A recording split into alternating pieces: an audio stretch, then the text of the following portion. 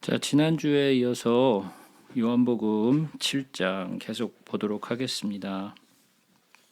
지난주에 7장을 들어가면서 다 말을 마치지 못하고 제가 절기에 대해서 잠깐 말씀을 드렸었죠. 제가 그 절기에 7가지 절기가 있고 그 다음에 20살 이후가 된 남자가 하나님께 드릴 재물을 가지고 성전 앞에 나와야 되는 또 3대 절기가 있다라고 제가 말씀을 드렸어요. 그래서 첫 번째 절기서부터 마지막 절기까지 제가 어떠한 절기가 있는지 설명을 드렸어요. 이것은 그냥 우리가 간단하게 넘어갈 일은 아니고요. 꼭 한번 그 절기가 어떠한 의미를 가지고 있는가에 대해서는 여러분이 한번은 꼭 레위기 23장을 가셔서 꼭 한번 절기의 내용을 좀 들어보셨으면 좋겠어요. 그 절기의 내용은 굉장히 중요하기 때문에 우리가 그냥 절기가 있지라고 생각하지 마시고 꼭 한번은 그거를 좀 참조해 주시길 바래요. 그래서 첫 번째 절기는 유월절, 두 번째 절기는 무교절, 그리고 세 번째 절기는 초실절, 그리고 그 다음에는 칠칠절 또는 맥추절, 또는 우리가 알고 있는 신약에 와서는 오순절이 있고요. 그다음에 나팔절, 그리고 대속제일, 그리고 마지막으로 초막절, 장막절이라는 것이 있다라고 제가 말씀을 드렸어요. 제가 왜 이러한 이야기를 드리냐면 이 내용을 자세히 보시면 제가 설명을 조금 더 하기는 하겠지만 이 우리가 보고 있는 요한복음의 내용과 굉장히 흡사한 것이 절기와 맞물려서 나와요. 어떤 면에서 맞물려서 나오냐면 요한복음 6장에 보시면 예수님이 5천 명을 먹이시는 사건이 기록이 되어 있어요. 근데 그 5천 명을 먹이시는 그 사건이 유월절과 관련이 돼서 나오죠. 유월절과 관련이 되어 있고 그 다음에 예수님이 그 말씀을 하시면서 나는 하늘에서 내려온 떡이라라는 말씀을 하시죠.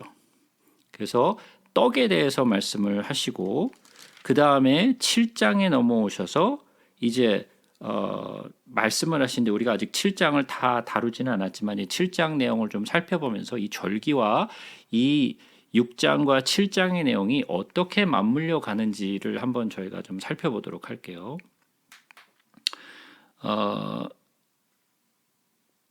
7장에 뿐만이 아니라 여러 군데에서 요한복음에서는 내 때에 대해서 설명을 해요.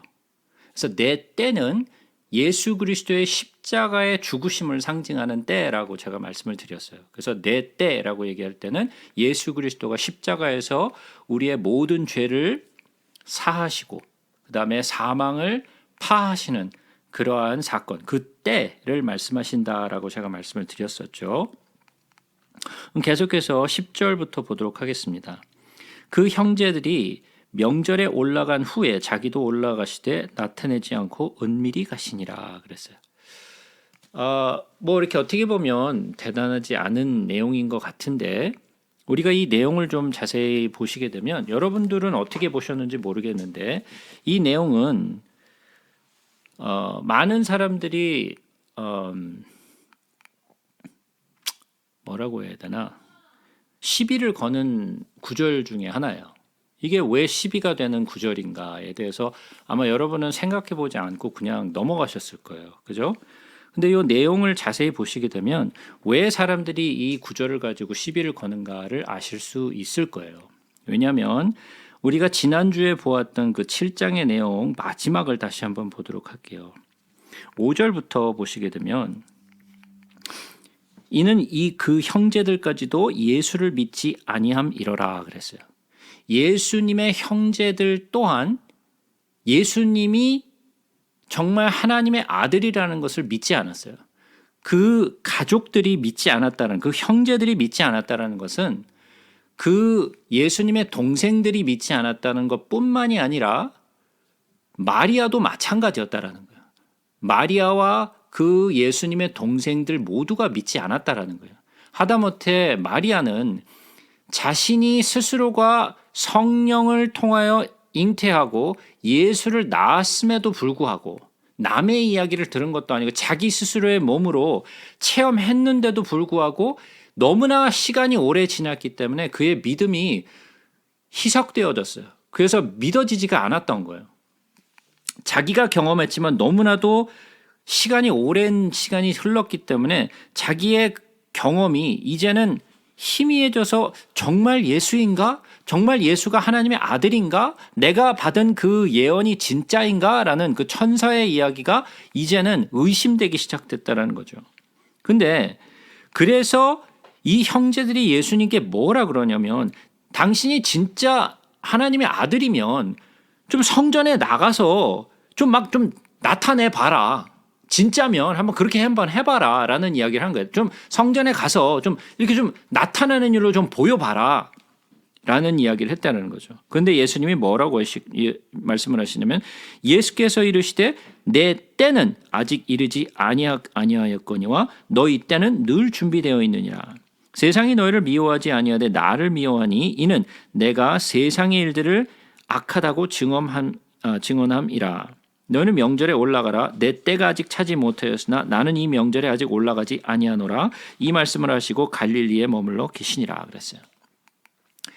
요 말씀, 즉 다시 말해서 8절 말씀과 9절 말씀과 10절 말씀이 상충되기 때문이에요. 왜 상충됐냐면 예수님이 뭐라고 그러시냐면 내 때가 아직 차지 못하였으니 나는 이 명절에 아직 올라가지 아니하겠노라 그랬어요. 그죠? 그러니까 형제들이 자신들은 성전에 올라가겠다, 이 명절이 되어서 올라가겠다 그랬는데 예수님은 올라가지 않겠다. 왜냐하면 내 때가 되지 않았기 때문에 올라가지 않겠다라고 말했는데 10절에 가서 형제들이 명절에 올라간 후에 자기도 올라가시되 그랬어요. 그러면 올라가지 않겠다라고 얘기해놓고서 올라갔잖아요. 그러면 뭐예요? 예수님이 거짓말을 하신 거죠. 예? 안 올라가겠다고 그래놓고서 올라갔잖아. 예? 아니, 왜 사람들이 시비를 거는지 아시겠어요? 우리는 믿음이 워낙 좋기 때문에 이런 거에 대해서 전혀 의심을 하지 않고 그냥 보니까 우리는 뭐 이런 거에 문제가 되지 않는데 문제가 되는 사람들에게 있어서는 이게 상당히 심각한 문제인 거예요. 왜? 예수님이 거짓말을 했으니까. 예수님 무슨 거짓말을 하냐. 예수님이 거짓말도 하는구나. 그러니까 하나님의 아들이 아니다라는 그런 정말 얼토당토 않는 말까지 시비가 나오는 거예요. 우리 같은 사람은 전혀 그런 거에 대해서 의심을 하지도 않고 뭐 이런 거 있다는 것조차도 신경을 쓰지 않아요. 근데 다른 사람들의 눈에는 이게 거슬리는 문제라는 거예요.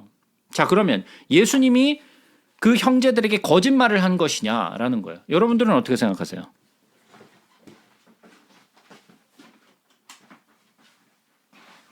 여러분들은 믿음이 워낙 좋으셔서 뭐 의심이 안 되니까 나는 뭐 생각해 본 적도 없고 뭐 뭔지 모르겠다라고 뭐 말씀하실 수도 있겠지만 여러분들의 입장에서는 어떻게 생각하세요? 왜 예수님이 형제들에게 나는 내 때가 되지 않았으니까 올라가지 않겠다 그래 놓고서 왜 올라가셨을까요? 예?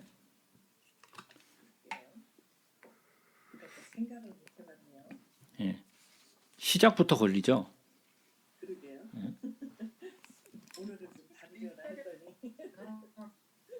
유대인들이 예수님을 찾으면서 그가 어디 있느냐 하니까 이미 관심의 대상이 되어 있었으니까 그거를 피하려고 하시는 것 같아요. 그러니까 가족들도 그거를 아마 다른 식으로 이용할 수 있으니까 그래서 조용히 가시고자 하신 거 아닐까요?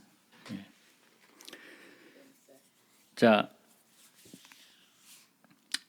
이 7장의 내용과 절기의 내용이 맞물려 있다라고 제가 말씀을 드렸어요. 그죠? 그 형제들이 올라가자라고 한 것은 그 이전에 이야기했던 것처럼 4절에 보시면 스스로 나타나기를 구하면서 묻혀서 일하는 사람이 없나니 이 일을 행하려 하거든 자신을 세상에 나타내소서. 그러니까 어떻게 좀 나타내 봐라 라고 형제들이 얘기한 거죠. 그러니까 예수님과 함께 가서 좀 당신이 정말 그 하나님의 아들이라는 것을 좀 나타내 봐라 라고 그 마음이 있었던 거예요. 근데 예수님은 그러고 싶지 않은 거예요. 왜? 내 때가 아직 이르지 않았기 때문에 내가 그런 것을 지금 나타내려고 올라가는 게 아니라는 거예요. 그러니까 형제들과는 동떨어지게 가셨어요.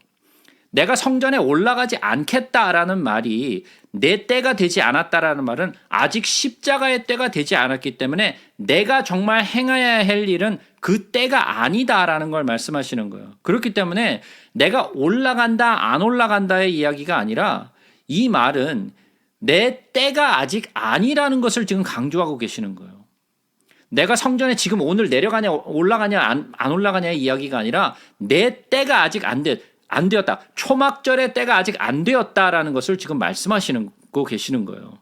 그래서 거짓말을 한 것이 아니라 내 때를 이해하지 못했기 때문에 사람들이 오해를 하고 있는 거예요. 명절 중에 유대인들이 예수를 찾으면서 그가 어디 있느냐 하고 예수에 대하여 무리 중에 수군거림이 많아 어떤 사람은 좋은 사람이라 하며 어떤 사람은 아니라 무리를 미혹한다 하나 그러나 유대인들은 두려워함으로 드러나게 그에게 대하여 말하는 자가 없더라. 예수님에 대한 평가가 아주 극과 극을 달리죠. 어떤 한 사람은 뭐라고 얘기하냐면 이 사람은 좋은 사람이라, 또 어떤 사람은 이 사람은 우리를 미혹한다. 그리고 또 유대인들은 드러내게 하지 않는 사람들도 있었다. 예수님에 대해서 아주 여러 종류의 그 평가가 있었다라는 거예요. 자, 그러면 이것은 우리가 살아가고 있는 이 시대에도 똑같이 적용되는 거예요. 그들도 유대인이나 예수를 평가하고 예수를 바라보는 그 시각이 각각 다 달라요.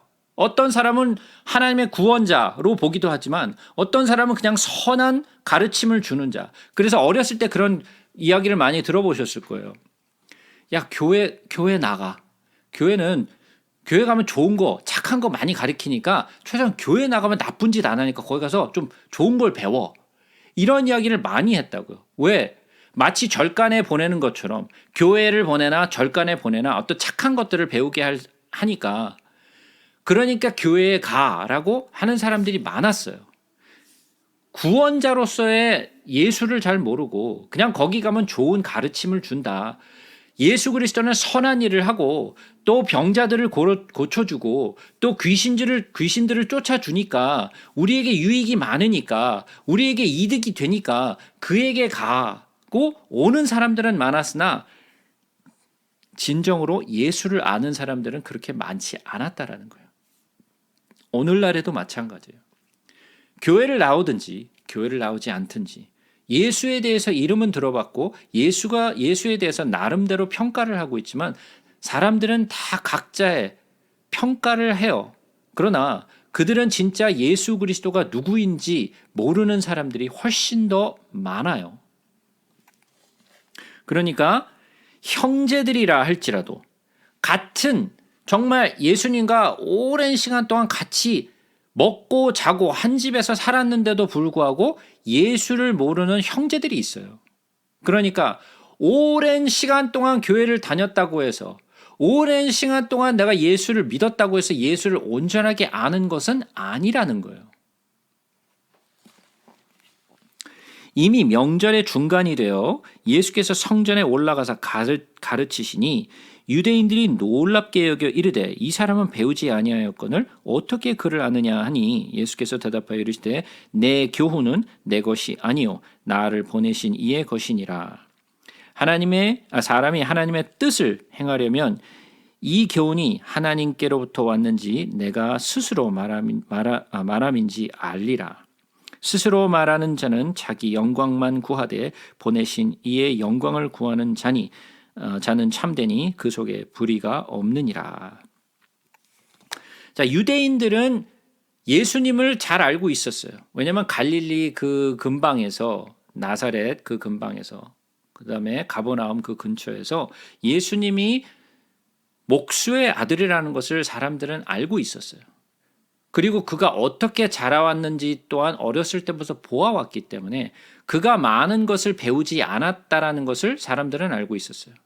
근데 이 사람이 어떻게 이러한 글을 알고 이 뜻을 이해하느냐라고 얘기하는 거죠. 그러니까 그들이 가지고 있는 선입견이 있어요. 어떻게 이 사람이 글을 이렇게 잘 아느냐? 어떻게 뜻을 잘 아느냐? 그것이 나다나엘이 가졌던 말과 똑같은 말이죠. 어떻게 그리스도가, 메시아가 나사렛에서는 나느냐? 그들은 나름대로 자기가 가지고 있는 선입견이 있었어요. 그 선입견 때문에 보지 못해요. 진리를 보지 못하죠.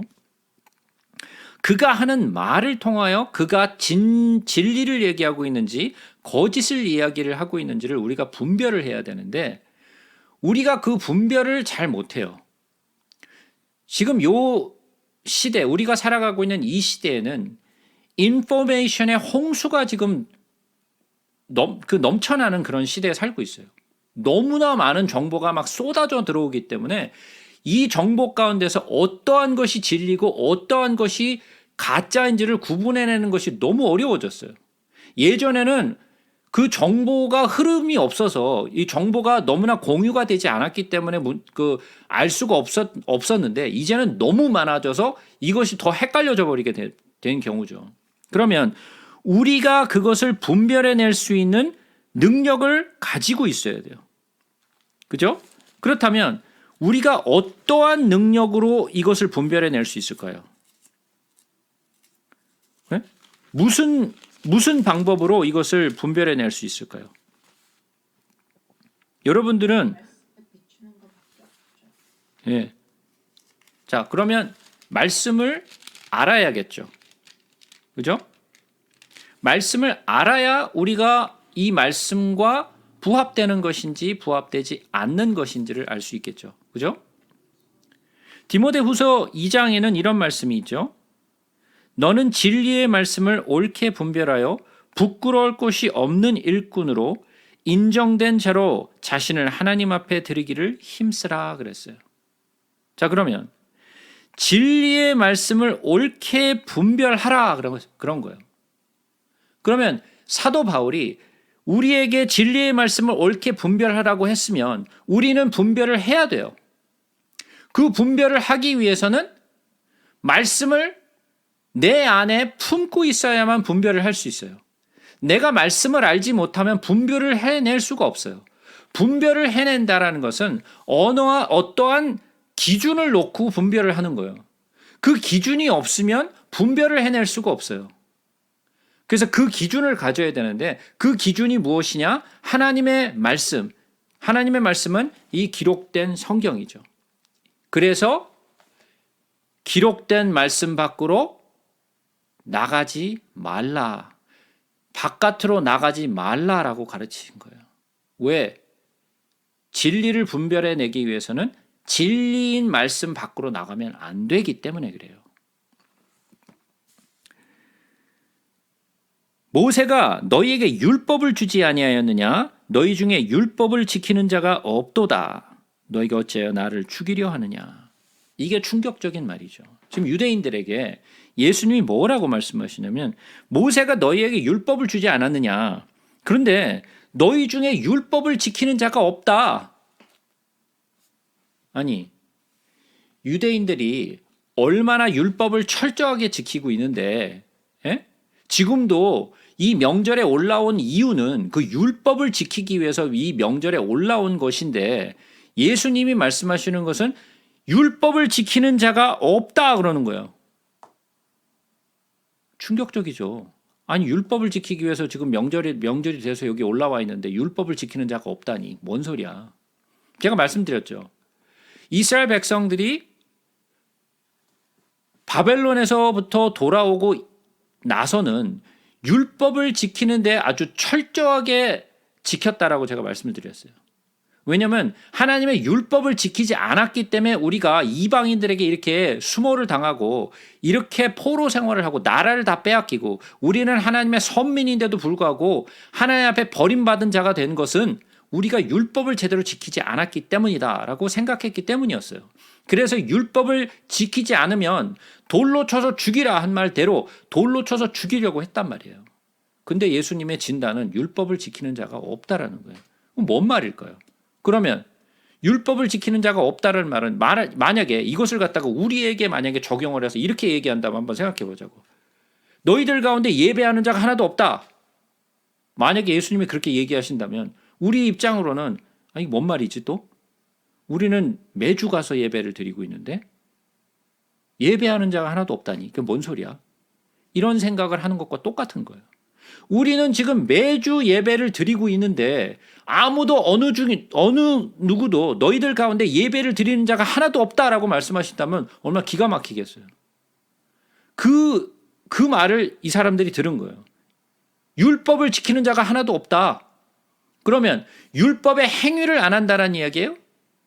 그건 아니죠. 왜냐? 그들은 율법을 지키기 위해서 여기 나온 거잖아요. 성전에 올라온 이유는 율법을 행하기 위해서 나온 거예요. 그죠?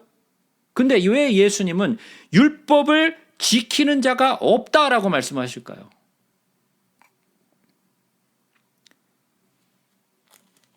이것은 우리가 이전에 보았던 유대인들을 바라보시면서 예수님이 하셨던 그 말씀, 다만 하나님을 사랑하는 것이 너희 속에 없음을 알았노라 하는 진단과 똑같은 말이에요. 너희들이 율법의 행위는 하되 그 율법을 왜 해야 되는지는 알지 못한 채 율법의 행위로서만 너희들은 율법을 지킨다고 한다.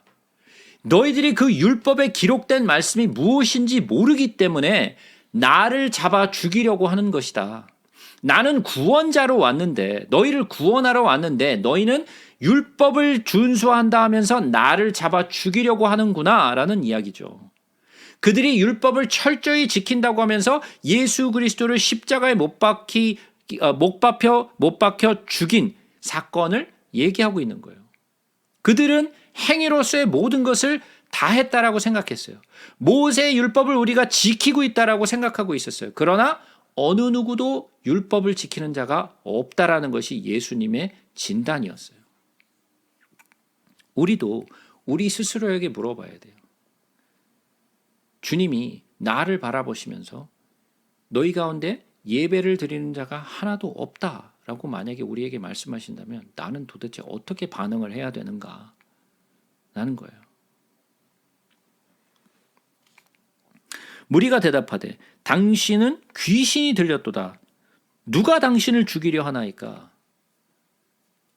자, 너 미쳤다. 누가 너를 죽이려고 하느냐? 그런 사람 없다. 그런 사람 없어요, 진짜? 아니죠. 예수님을 잡아 죽이려고 눈에 지금 불을 켜고 있는데 뭔 소리 하는 거예요? 그러니까 그들은 자기들 스스로가 예수를 십자가에 못 박혀 죽이려고 하는 것조차도 모르고 있다라는 거죠. 자기들이 그 행위를 하고 있으면서 그것을 깨닫지 못한다라는 거예요. 예수께서 대답하여 이르시되 내가 한 가지 일을 행하매 너희가 다 이로 말미암아 이상히 여기는도다. 모세가 너에게 할례를 행했으니 그러나 할례는 모세에게서 난 것이 아니요 조상들에게서 난 것이라. 그러므로 너희가 안식일에도 사람에게 할례를 행하느니라. 모세의 율법을 범하지 아니하려고 사람의 안식일에도 할례를 받는 일이 있거든. 내가 안식일에 사람의 전신을 건전하게 하는 것으로 너희가 내게 노여워하느냐. 외모로 판단하지 말고 공의롭게 판단하라 하시니라. 예수님이 지금 그들의 중심을 찌르셨죠. 왜? 지금 이 사람들이 왜 지금 예수님을 잡아 죽이려고 해요? 38년 된 병자를 안식일날. 그렇죠. 안식일에 병자를 고쳤기 때문에 그래요. 안식일을 범했다라는 거죠. 근데 예수님이 뭐라 그래요? 너희들이 안식일에 할례를 행하기 위해서 그 율법을 지키기 위해서 안식일에도 할례하지 않느냐? 그러면 그거는 안식일을 범하는 거 아니냐? 너는 그런 거를 하면서 그것에 대해서 안식일을 범했다라고 생각하지 않으면서 왜 내가 병든 자를 고치는 거에 대해서는 안식일을 범한다라고 하느냐. 즉 다시 말해서 이 말의 의미는 그들이 안식일의 의미를 깨닫지 못했다라는 거예요. 그들은 안식일에 그저 아무 일도 하지 않는 것으로 안식일을 지킨다라고 생각을 했다라는 거죠. 그러나 안식일의 의미는 아무것도 하지 않고 그냥 가만히 있는 게 안식일의 의미가 아니라는 거죠. 안식일의 의미는 그런 의미가 아니라 제가 늘 말씀드렸죠. 안식의 의미는 우리가 마지막 때 하나님의 안식에 동참하는 거라 그랬어요. 그죠? 그러면 안식은 하나님의 안식에 동참하는 것, 즉 다시 말해서 모세가 광야까지 이스라엘 백성들을 이끌고 그리고 여호수아가 요단강을 건너서 하나님의 그 약속의 땅으로 들어가는 그 장면은 바로 뭐예요? 초막절, 즉 다시 말해서 이 절기의 완성, 우리가 마지막 하나님의 안식에 들어가는 것까지를 설명한 거예요. 그러나 그들에게는 그것을 이해할 수 있을 만한 지혜나 지식이 없었어요. 예루살렘 사람 중에서 어떤 사람이 말하되 이는 그들이 죽이고자 하는 그 사람이 아니냐. 보라 드러나게 말하되 그들이 아무 말도 아니하는도다. 당국자들은 이 사람을 참으로 그리스도인 줄 알았는가. 그러나 우리는 이 사람이 어디서 왔는지 아노라. 그리스도께서 오실 때는 어디서 오시는지 아는 자가 없느니라 하는지라. 예수께서 성전에서 가르치시며 외쳐 이르시되 너희가 나를 알고 내가 어디서 온 것도 알거니와 내가 스스로 온 것이 아니라 나를 보내신 이는 참되시니 너희는 그를 알지 못하나 나는 아노니 이는 내가 그에게서 났고 그가 나를 보내셨음이니라 하시니 그들이 예수를 잡고자 하나 손을 대는 자가 없으니 이는 그 때가 아직 이르지 아니하였음이로라. 그러니까 예수님의 그 때 십자가에 못 박히시는 그 때가 오기 전까지는 어느 누구도 예수님을 건드릴 수 없었어요. 왜? 하나님의 정하신 때가 있기 때문에. 그 때가 올 때까지는 어느 누구도 그를 죽일 수 없었어요. 예수님은 성전에서 그들을 가르치시면서 너희들은 내가 어디서 왔는지 안다. 그들이 아는 예수님이 온 곳은 어디예요? 목수의 가정에서 태어난 예수를 알고 있는 거죠. 그죠? 요셉의 아들, 목수의 아들 예수를 알고 있을 뿐이에요. 그러나 진정 그리스도가 하나님께로부터 왔다는 사실을 그들은 이해하지 못했어요. 왜냐하면 그들은 예수를 그리스도로 메시아로 보지 못했기 때문이에요. 그들이 알고 있는 예수는 육신적으로의 예수였어요. 메시아로서의 예수가 아니라 육신으로 온 그 예수, 목수의 아들이었던 예수를 알고 있었다. 우리가 너 어디서부터 왔는지 안다. 너는 마리아와 요셉에게로부터 온 자가 아니냐. 우리가 알고 있는 그 집에서 온 자가 아니냐. 그러니까 예수님이 말씀하시는 나는 아버지께로부터 왔다라는 말과 그들이 알고 있는 아버지는 요셉이에요. 예수님이 말씀하고 계시는 아버지는 요셉이 아니라 아버지, 하늘의 아버지를 말씀하시는 거죠. 그러니까 똑같은 얘기를 하고 있으나 정반대의 이야기를 하고 있는 거죠. 이 사건은 계속해서 이어져요. 그 수가성의 여인도 마찬가지였고 5천 명을 먹이시고 강 건너편까지 쫓아왔던 사람들도 똑같은 이야기를 했어요. 이 성전에 와 있던 사람들도 똑같은 이야기를 하고 있어요. 같은 단어, 같은 표현을 하고 있지만 예수님이 말씀하시는 것을 그들은 전혀 이해하지 못했어요. 그죠? 우리는 같은 말을 하고 있다고 해서 모두가 이해하고 있는 것은 아니에요. 여러분들도 마찬가지예요. 제가 열심히 뭔가를 설명하고 있는데 여러분들은 엉뚱한 방향으로 이해하실 수도 있어요. 제가 하는 말이 그냥 말 그대로 이해하고 제가 무슨 말을 전하고 있는지 모르는 상태에서 그냥 열심히 듣고 나는 이렇게 이해했어 라고 생각하시는 분들도 있을 거예요. 그러나 말씀이 똑같은 말씀이나 다른 이야기를 할 수도 있다라는 거예요. 그러니까 우리는 말씀을 들을 때 정신을 바짝 차리고 들으셔야 돼요. 무리 중에 많은 사람이 예수를 믿고 말하되 그리스도께서 오실지라도 그 행하실 표적이 이 사람이 행함보다 더 많으랴 하니.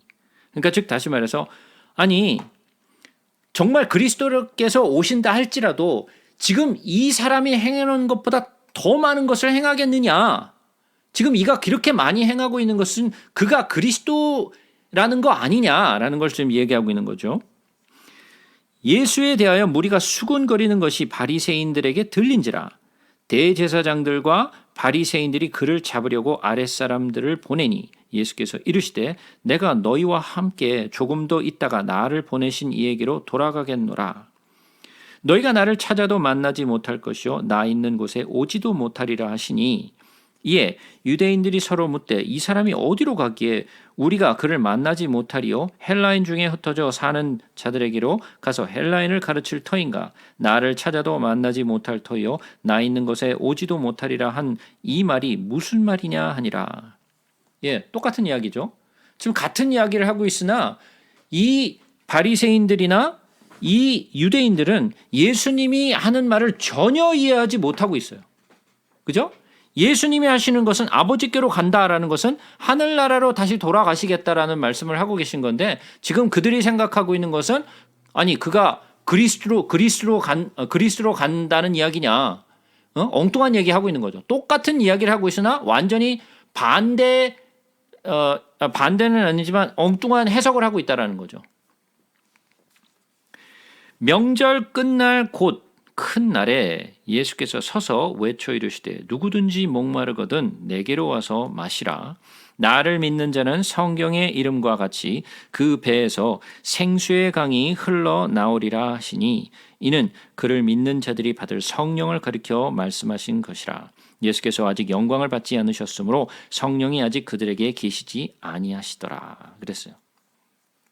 자, 이거는 상당히 중요한 내용이에요. 명절 끝날 곧 큰 날에 그랬어요. 이 명절 끝날 그 큰 날이라는 것은 마지막 절기인 초막절 그리고 또 장막절. 이 장막절은 7일 동안에 이루어져요. 그러면 이 장막절은 언제부터 시작하죠?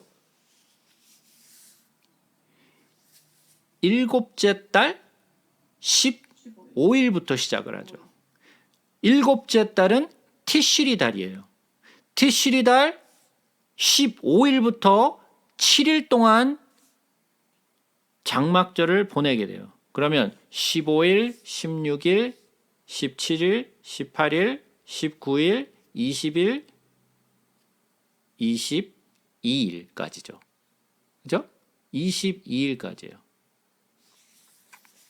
자, 그러면 22 예? 15, 16, 17, 18, 19, 20, 21일까지가 초막절이죠. 자, 15, 16, 17, 18, 19, 20, 21 그리고 22일 22일이 마지막 날 초막절이죠. 그죠?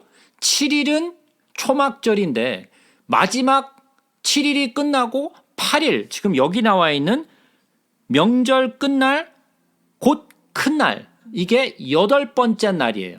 그러니까 초막절 7일을 보내고 마지막 8째 날까지 카운트가 되는 거예요.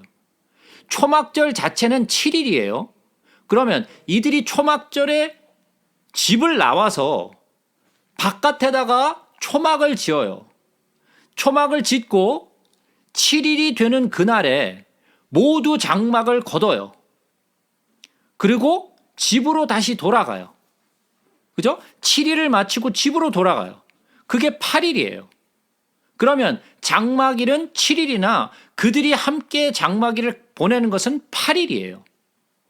8은 예수의 숫자라고 제가 말씀을 드렸어요. 그죠? 8번째 날은 예수예요.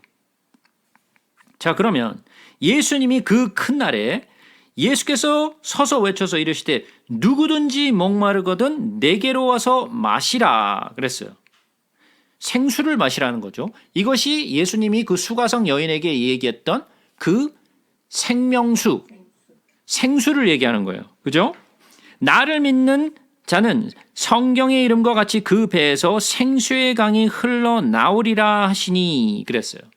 자, 그러면 이 말을 이해하기 위해서는 여러분들이 몇 가지를 이해하셔야 돼요. 우리는 절기에 대해서 잘 몰라요.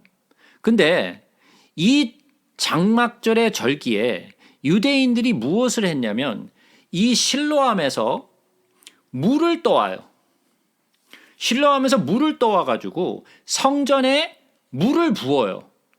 성전 제단에 물을 붓는 일을 그 장막절에 했어요.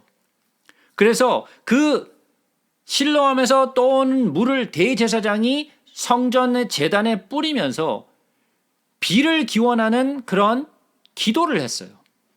그것은 성경에 있지 않는 이야기예요. 그러나 그들이 율법으로 행했어요.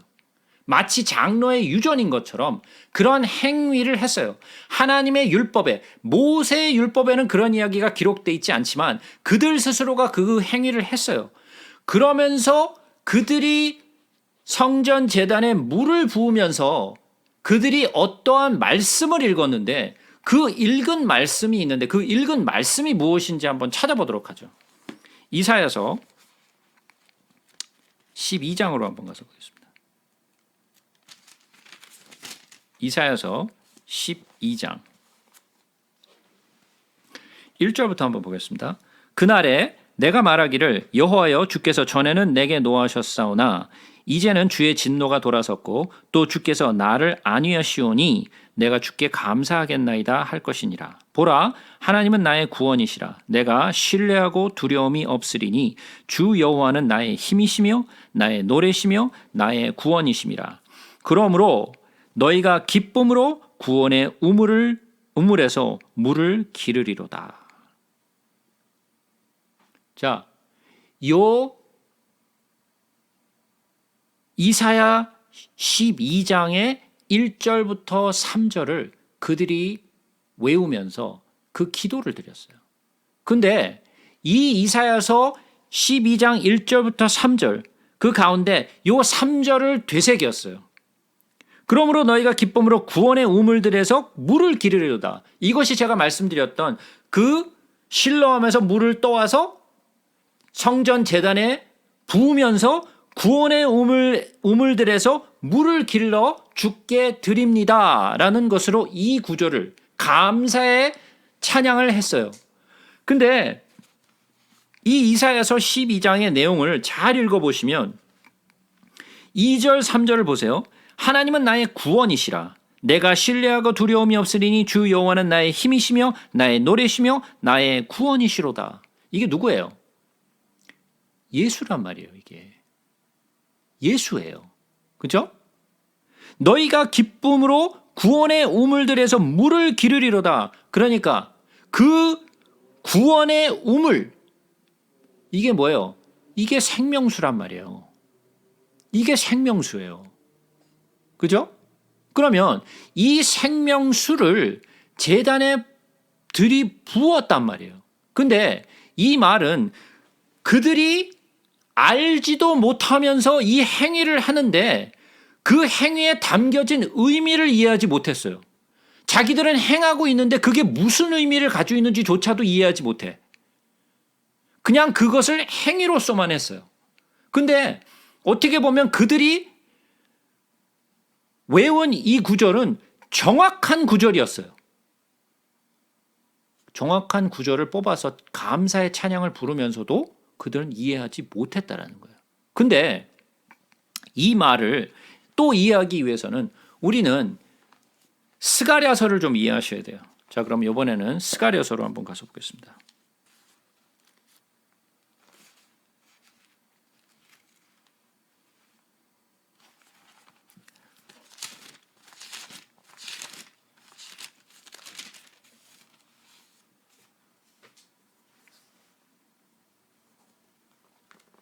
스가랴서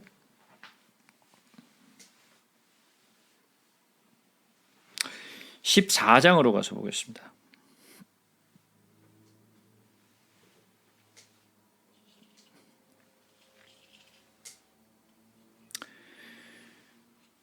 여호와의 날이 이르리라. 그날에 내 재물이 약탈되어 내 가운데에서 나누이리라. 내가 이방 나라들을 모아 예루살렘과 싸우게 하리니 성읍이 함락되며 가옥이 약탈되며 부녀가 욕을 당하며 성읍 백성이 절반이나 사로잡혀 가려니와 남은 백성은 성읍에서 끊어지지 아니하리라. 그때 여호와께서 나가사 그 이방 나라들을 치시되 이왕의 전쟁 날에 싸우신 것 같이 하시리라. 그날에 그의 발이 예루살렘 앞 곧 동쪽 감람산에 서실 것이요 감람산은 그 한가운데가 동서로 갈려져 매우 큰 골짜기가 되어서 산 절반은 북으로 절반은 남으로 옮기고 그 산골짜기에서 아셀까지 이를지라. 너희가 그 산골짜기로 도망하되 유다 왕 우시아의 때 지진을 피하여 도망하던 것 같이 하리라. 나의 하나님 여호와께서 임하실 것이요 모든 거룩한 자들이 주와 함께 하리라. 그날에는 빛이 없겠고 광명한 것들이 떠나갈 것이라. 여호와께서 아시는 한 날이 있으리니 낮도 아니요 밤도 아니라 어두워 갈 때에 빛이 있으리로다. 그날에 생수가 예루살렘에서 솟아나서 절반은 동해로 절반은 서해로 흐를 것이라. 여름에도 겨울에도 그러하리라. 여호와께서 천하의 왕이 되시리니 그날에는 여호와께서 홀로 한 분이실 것이요 그의 이름이 홀로 하나이실 것이라. 자, 이 내용을 읽으시면 무슨 생각이 나시나요? 예? 무슨 생각이 드세요? 구약을 공부하지 않으시고 오랫동안 저하고 말씀을 나누지 않으신 분들은 아마 이게 뭔 얘기하는지 잘 모르실 거예요. 최소한 구약을 저하고 같이 나누어 보신 분들만 이걸 이해하실 수 있을 거예요. 그러나 제가 여러분이 이해하실 수 있다라고 또 장담은 못 하겠네요. 예? 그러나 이 이야기는 곰곰이 생각해 보시면 지금 여호와의 날, 그 날, 이 날은 어느 날이에요? 심판의 날이죠. 이 이야기는 마태복음 24장의 마지막 때의 이야기와 동일해요. 그 사건의 이야기와 똑같이 이야기를 하는데 4절부터는 어떤 이야기가 나오냐면 그날에 그 발이 예루살렘 앞 곧 동쪽 감람산에 서실 것이요 그랬어요. 누가 서요 거기에? 여호와께서 서시겠다라는 거예요. 여호와께서 서시겠다. 자, 그러면 사도행전을 보시면 사도행전 1장으로 가시면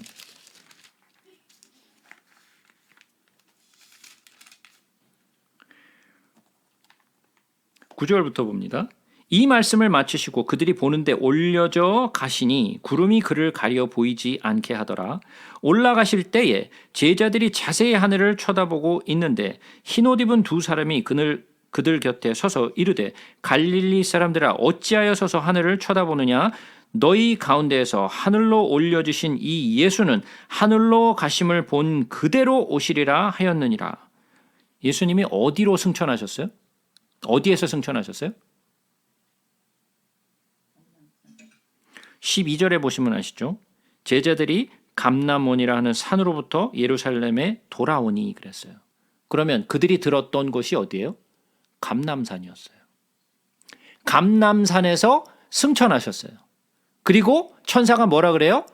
너희들이 본 그대로 그가 오시리라. 어디로? 감람산으로. 그러면 우리가 지금 보았던 스가랴서 14장의 내용이 뭐라 그래요? 예루살렘 앞 곧 동쪽 감람산에 서실 것이요. 누가 온 거예요? 예수님의 재림이죠. 이것이 바로 여호와의 날, 즉 다시 말해서 하나님의 심판이 있는 날이죠. 그죠? 예수를 믿는 자들이 3년 반 동안 핍박을 받고 환난을 통과하고 난 후에 7번째 나팔이 불려지면 그때 예수께서 재림하시고 공중 재림하면 우리는 이 땅에서부터 들려 올림을 받는다 그랬어요. 그죠? 근데 뭐라고 얘기하냐? 그날에 8절에 보니까 생수가 예루살렘에서 솟아나서 절반은 동해로 절반은 서해로 흐를 것이라 여름에도 겨울에도 그러하리라. 생수. 즉 다시 말해서 이 말씀은 에스겔서의 성전의 이야기와 똑같은 이야기예요. 에스겔서 성전 동쪽 편으로부터 그 성전의 문에서부터 동편으로 흘러나오는 그 물, 성전에서 나오는 그 물이 어떻게 흘러요? 동쪽으로 흘러가죠. 그래서 어디서부터 어디까지? 어디서부터 어디까지?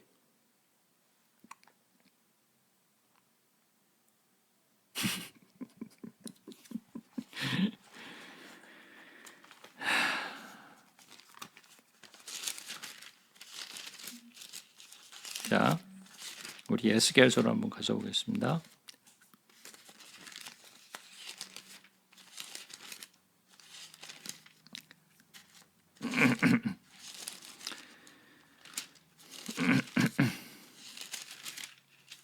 에스겔서 47장이죠.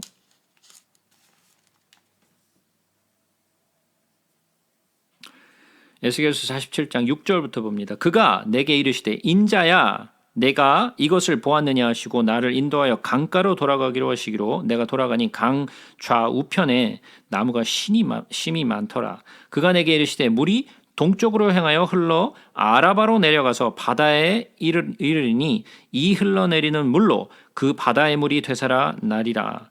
이 강물이 이르는 곳마다 번성하는 모든 생물이 살고 그 고기가 심이 많으리니 이 물이 흘러들어가므로 바닷물이 되살아나겠고 이 강이 흐르는 각처의 모든 것이 살 것이며 또 이 강가에 어부가 살 것이니 엔게디에서부터 에그네글라임까지 그물 치는 곳이 될 것이라. 그 고기가 각기 종류를 따라 큰 바다의 고기같이 심이 많으려니와 그 진펄과 개펄이 되살아나지 못하고 소금 땅이 될 것이며 강 좌우가에 각종 먹을 과실나무가 자라서 그 잎이 시들지 아니하며 열매가 끊이지 아니하고 달마다 새 열매를 맺으리니 그 물이 성소를 통하여 나옴이라. 그 열매를 그 열매는 먹을 만하고 그 잎사귀는 약자료가 되리라.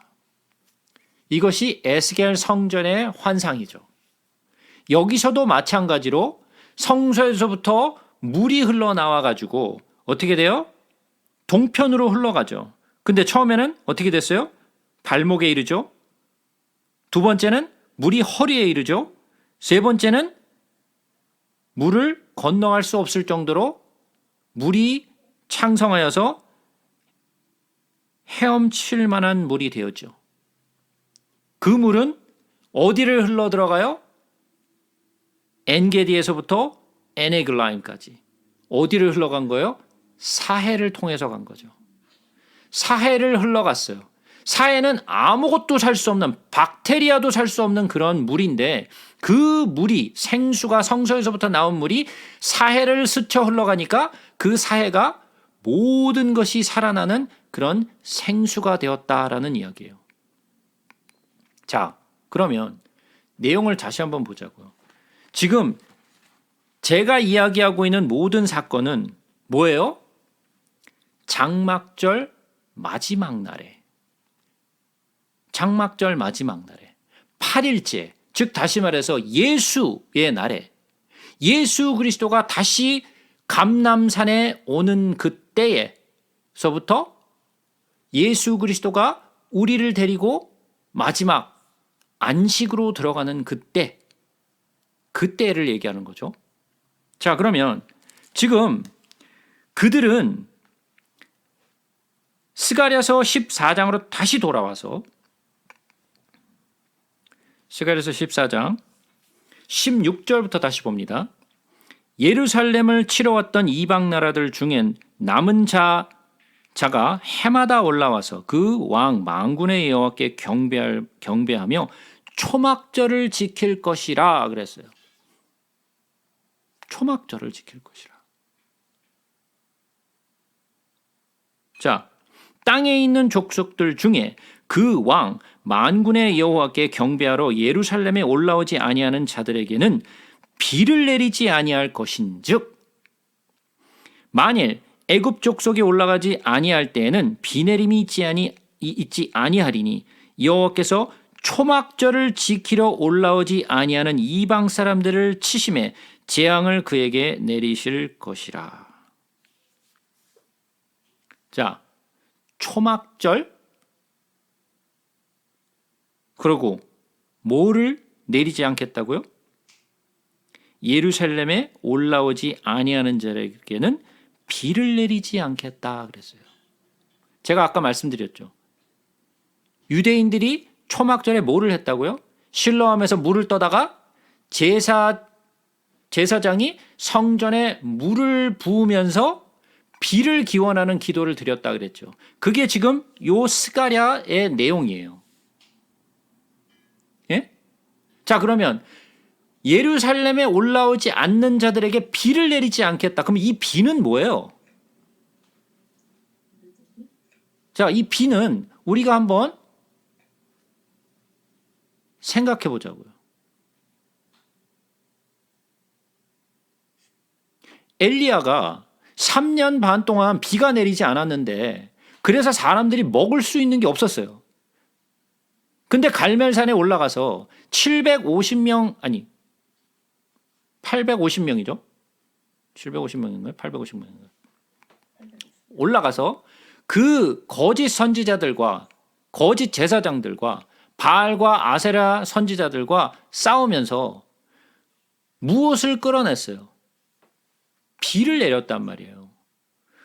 하늘에서 불을 끌어내려서 성전을 태우고 비를 내리게 했단 말이에요. 그죠? 마지막이 뭐였어요? 비가 내리는 거였어요. 그 비는 모든 것을 소생시키는 그러한 역할을 하는 것이 생수의 강이 되는 것처럼 비가 억수로 쏟아졌어요. 그 내용을 자세히 보시면 얼마나 급하게 뛰어갔는지 아합은 마차를 타고 가고 있는데 말을 타고 가고 있는데 엘리야가 마차 앞을 뛰어가요. 예? 얼마나 빨리 달려갔으면 말을 타고 있는 아합보다 더 빠르게 달려갔어요.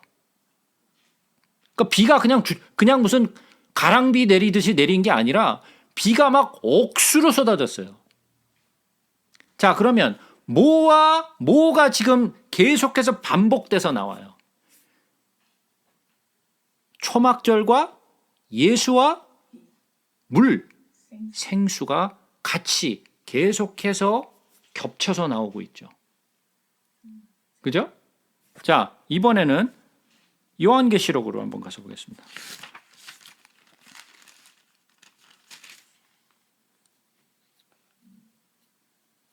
요한계시록 22장입니다.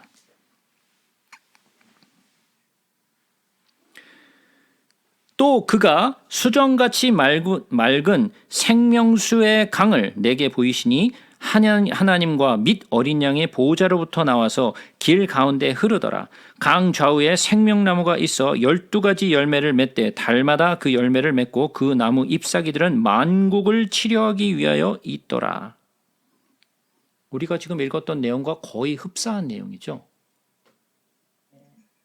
똑같은 내용이에요. 예수와 생명수와 그리고 또 뭐가 있어요? 이 사건은 뭐예요? 모두가 다 끝나고 심판도 다 끝나고 마지막 하나님의 나라에 다시 우리가 회복되는 장막절의 맨 마지막 우리가 본향으로 돌아가는 이야기예요. 그러면 지금 초막절의 내용과 지금 에스겔서 그리고 또 스가랴서,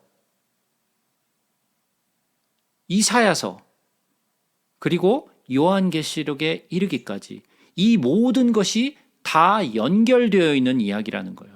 다 같은 이야기라는 거예요. 생명수, 생수, 예수, 그리고 장막절의 마지막 날. 이게 다 똑같은 이야기예요. 이해가 되시나요? 그러면서 예수님이 하시는 말이 다시 요한복음으로 7장으로 다시 돌아와서 명절 끝날 곧 큰 날에 집으로 돌아가는 날이죠. 본향으로 돌아가는 날이에요. 예수께서 서서 외쳐 이르시되 누구든지 목마르거든 내게로 와서 마시라. 내게로 와서 마시라. 생수죠. 그죠? 나를 믿는 자는 성경의 이름과 같이 그 배에서 생수의 강이 흘러나오리라 하시니. 자, 이 말이 이제 무슨 내용인지 이해하셨어요? 왜 예수님이 이 이야기를 하시고 계시는지 이해하시겠어요? 자, 그렇다면 이게 어떻게 연결된 것이냐? 제가 처음 시작할 때 뭐라고 말씀드렸어요? 예수님이 6장에 뭐를 하신다고요? 디베랴 갈릴리 바다 건너편으로 가세요. 그죠? 그때가 6월절이라 그랬어요. 근데 예수님이 일부러 디베랴 바다를 건너서 반대편 동쪽으로 가세요. 그 동쪽은 뭐라 그랬어요?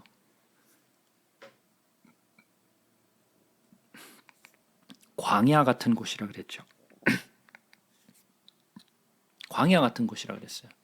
자, 한번 옛날의 이야기로 돌아가서 보겠습니다. 애굽에서부터 이스라엘 백성들을 끄집어내셨어요. 모세를 통하여 하나님이 이스라엘 백성들을 이끌어내셨어요. 자, 그러면 애굽에 살고 있는 이스라엘 백성들은 지금 어디에 있죠? 서쪽에 있어요. 예루살렘으로부터 서쪽에 있어요. 맞나요? 서쪽에 있는데 애굽은 저쪽 아프리카 지역에 있으니까, 그죠? 이스라엘은 한참 오른쪽에 있단 말이에요. 예? 아라비아 반도를 거쳐서 위쪽에 있잖아요. 그죠? 그러니까 서쪽에 있는데 하나님이 이스라엘 백성들을 끄집어내가지고 어디로 데리고 가시냐면 요단강 동편 쪽으로 올라가게 하세요. 그죠? 그러면 요단강 동편으로 올 이유가 있나요? 다시 서쪽으로 가게 돼야 되지 않나요? 이스라엘 가나안 땅을 들어가요. 자, 한번 지도를 한번 우리가 보겠습니다.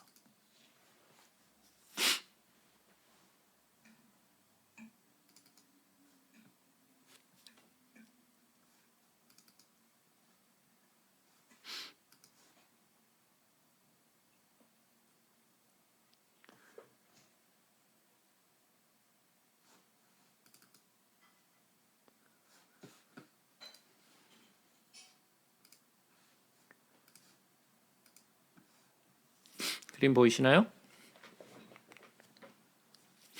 자, 이 화살표는 신경 쓰지 마시고, 자, 여기가 애굽이죠. 여기가 아프리카 그 위쪽 부분이란 말이에요. 요게 지금 흐르고 있는 게 요게 지금 나일강이죠. 예, 요게 지금 나일강 흐르는 거고, 지금 고센 땅에 있는 람세스로부터 나왔단 말이에요. 고센 땅에 있는 람세스로부터. 그러면 이 람세스를 나와서 그들이 홍해를 거쳐서 이 시나이 반도를 거쳐서 어찌 해서 이렇게 뭐 삥뺑뺑뺑 돌아가지고 오른쪽으로 와서 이쪽에서부터 요단강 동편에서 요단강 동편에서부터 요단강을 건너서 서편으로 들어와요. 자, 그러면 한번 보자고요. 이렇게 굳이 삥삥 돌려갖고 올 필요가 있어요? 굳이 요단강을 건너서 동편으로 가서 건너갈 필요가 있어요? 전혀 필요가 없죠. 자, 어느 방향으로 가야 빨라요? 그냥 스트레이트 서쪽으로. 자, 한번 보세요. 이 길 따라가면 돼요, 이 길. 예? 제 마우스 보이시나요? 동쪽으로. 예, 그냥 이렇게 올라가면 돼요. 수르 강야를 통해서 그냥 이렇게 올라가면 돼요. 이쪽 동편으로 갈 이유가 없어요. 근데 삥삥삥삥 돌려가지고 결국은 요단강 동편으로 해서 서쪽으로 들어와요. 그러면 그들을 이쪽으로 인도한 것은 뭐예요? 뭐가 이쪽으로 인도했어요?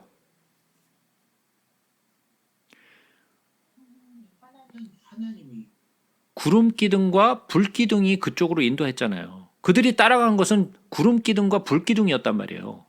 그죠? 구름 기둥과 불 기둥이 가는 길로 쫓아갔어요. 그러면 하나님이 그쪽으로 인도하신 거란 말이에요. 그죠? 제가 성경 속에서 방향성에 대해서 여러 번 설명을 드렸어요. 동쪽 방향의 의미와 서쪽 방향의 의미를 여러 번 말씀을 드렸어요. 근데 굳이 꼭 동편으로 이끌고 가가지고 동편에서부터 서쪽으로 들어오게 만들어요. 자, 그러면 우리가 다시 한번 보자고요. 지금 예수님이 지금 디베랴 갈릴리 건너편에서 오세요. 그죠? 자, 그러면 한번 살펴보자고요. 예수님이 어디서부터 어디로 갔는지 한번 보자고요. 우리가 이전에도 이 이야기를 여러 번 했는데 우리 한번 다시 한번 보도록 하자고요. 자, 이게 지금 갈릴리 바다예요. 예, 갈릴리 바다죠. 예, 갈릴리 바다인데 여기가 지금 가버나움이에요. 근데 어디로 갔어요? 벳세다로 갔어요. 그죠? 예수님이 5천 명을 먹이신 것은 벳세다예요. 자, 그러면 여기는 지금 서편이죠. 서편에서 동편으로 일부러 가셨어요. 그러면 여기서 동편에서 벳세다에서 5천 명을 먹이셨고 그 다음에 뭐 하셨어요?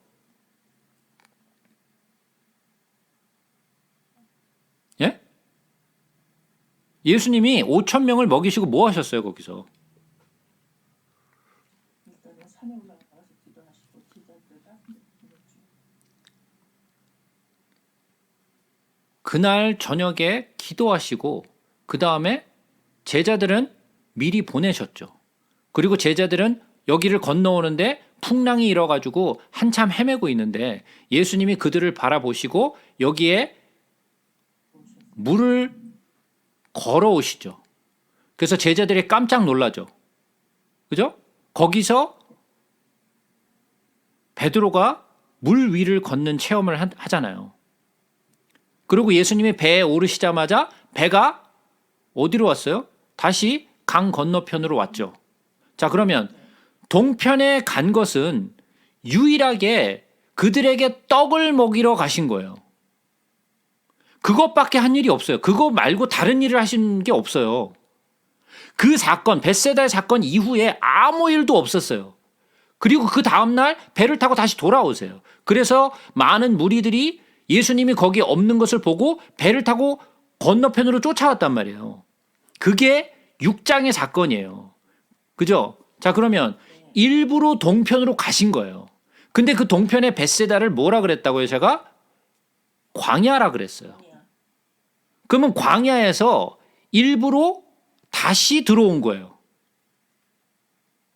자, 한번 보세요. 아브라함이 갈대아 우르에서 나와서 하란으로 올라갔다가 하란에서부터 어디로 왔어요? 가나안 땅으로 내려왔죠. 그럼 가나안은 원래부터 아브라함이 살던 곳이에요. 그죠? 원래부터 살았는데 그들이 야곱 때 그 야곱이 아이들을 그 식솔들을 데리고 애굽으로 내려가잖아요. 먹을 게 없어가지고. 그때 당시에 요셉이 거기 총리로 있었으니까. 그래서 애굽에서의 생활이 시작된 거란 말이에요.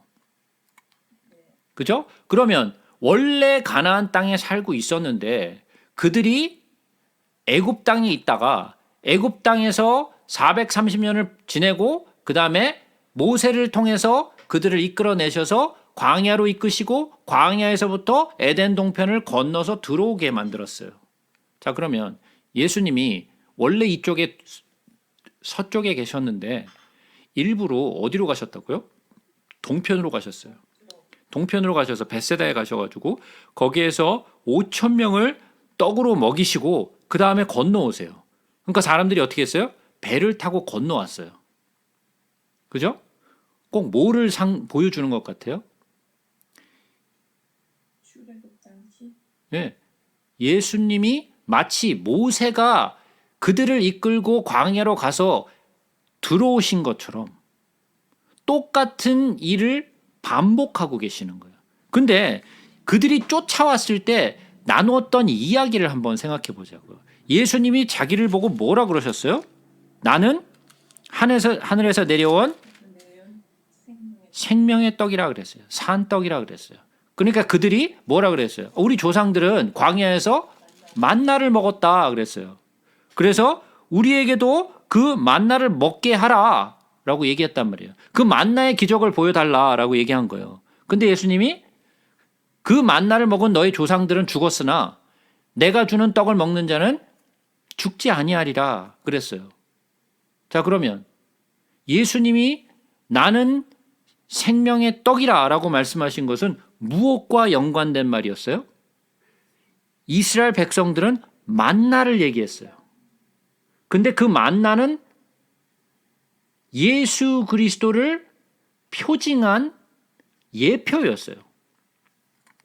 자, 그러면 예수님이 지금 뭐예요? 6월절에 그들을 데리고 제자들을 데리고 벳세다로 가셨어요. 자, 그러면 한번 생각해 보자고요. 이스라엘 백성들이 광야에서 나왔을 때 제일 먼저 치룬 게 뭐였어요? 6월절이었어요. 6월절을 마치고 애굽을 떠나왔어요. 15일에. 그죠? 이게 지금 마치 예수 그리스도의 십자가의 죽으심, 즉 다시 말해서 6월절이 상징하고 그 다음에 동편으로 가셔서 그들에게 떡을 먹이셨어요. 마치 광야에서 만나를 먹이신 것처럼 그들에게 만나를 먹이시게 하고 그리고 다시 서편으로 돌아오세요. 그들이 서편으로 온 거는 예수님을 쫓아서 들어온 거죠. 마치 여호수아가 요단강을 건너서 가나안 땅 서편으로 들어온 것처럼 그 일을 똑같이 보여주고 있는 거예요. 그런데 이번에는 7장에 들어가면서 뭐가 나오느냐? 뭐예요? 초막절이 등장해요. 초막절은 7번째 달에 있는 거예요. 6월절은 첫째 달 아비벌 또는 니산월에 있는 거고 초막절은 7째 달 7월에 있는 거예요. 그죠? 티시리 달에 오는 거예요. 첫 번째 그 절기와 마지막 절기를 보여주죠. 그리고 마지막 날 초실절 마지막 날에 예수님이 하시는 말이 뭐예요?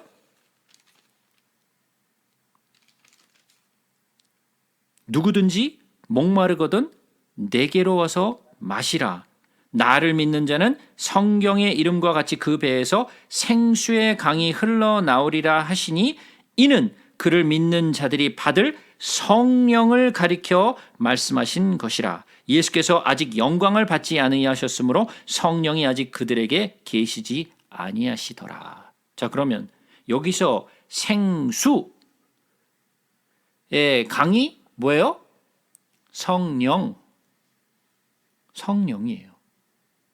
그죠? 그래서 수가성에 있는 여인에게 말씀하셨던 것이 내가 내게 주는 그 물, 생명수, 성령이죠. 그죠? 자, 그러면 마지막에 우리가 성령으로 충만케 되는 우리가 하나님 나라의 그 영속의 나라, 우리의 본향, 그리고 하늘나라에 가게 되는 하나님의 안식에 동참하는 그때에 우리는 뭐가 충만하다? 생수의 강이 흘러나오는데 그 생수의 강이 흘러나오면 어떻게 된다고요? 12가지 열매를 맺고 잎사귀들은 만국을 치료하여 있더라. 예? 이게 마지막 때에 있는 일이란 말이에요. 왜 이 사건이 6장과 7장에 거쳐서 나오고 왜 예수님이 이 초실절에 이 말씀을 하고 계시는지 이해가 되세요? 예? 자, 이 이야기는 잘 이해하셔야 돼요.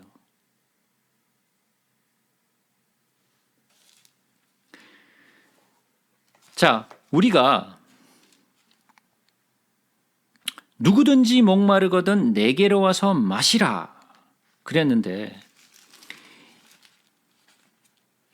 이 목마른 자들이 있어요. 그러면 우리가 한번 이사야서 55장으로 한번 가서 봅시다. 이사야서 55장.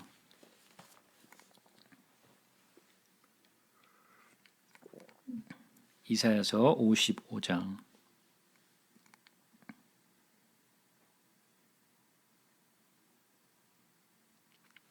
1절부터 보겠습니다. 오호라 너희 모든 목마른 자들아 물로 나아오라. 돈 없는 자도 오라. 너희는 와서 사 먹되 돈 없이 값 없이 와서 포도주와 젖을 사라. 너희가 어찌하여 양식이 아닌 것을 위하여 은을 달아주며 배부르게 하지 못할 것을 위하여 수고하느냐. 내게 듣고 들을지어다. 그리하면 너희가 좋은 것을 먹을 것이며 너희 자신들이 기름진 것으로 즐거움을 얻으리라. 너희는 귀를 기울이고 내게로 나와 들으라. 그리하면 너희의 영혼이 살리라. 내가 너희를 위하여 영원한 언약을 맺으리니 곧 다윗에게 허락한 확실한 은혜니라. 자, 뭐라고요? 목마른 자들아 물로 나오라 그랬어요. 무슨 물? 생명수로 나오라는 거죠. 근데 뭐라 그래요? 돈 없는 자도 오라. 너희는 와서 사 먹되 그랬어요. 사 먹으래. 뭐라 그랬어요? 그 바로 전에 돈 없는 자로 나오라 그랬는데 사 먹으래. 이게 또 뭔 얘기하는 거야? 놀리는 거야? 돈이 없다는데 뭘 사 먹으라는 거야? 예?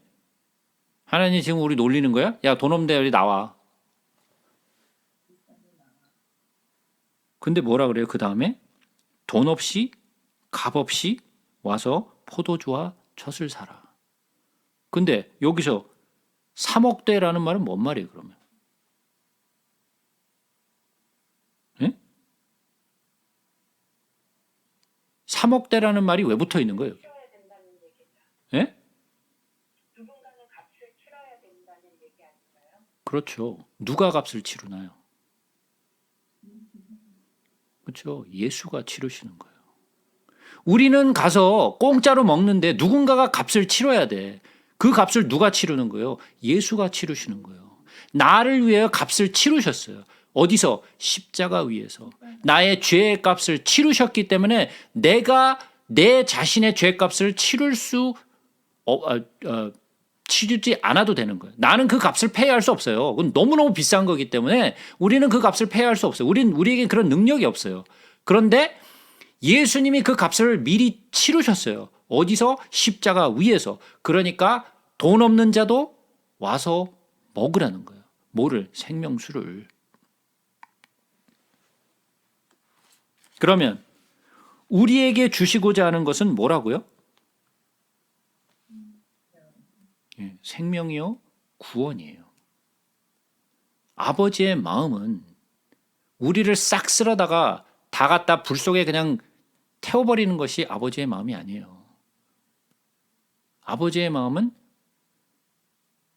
악인이라도 멸망하는 것을 원치 않으시는 것이 아버지의 마음이에요. 자, 그러면 우리 아모스서로 잠깐 가서 보겠습니다.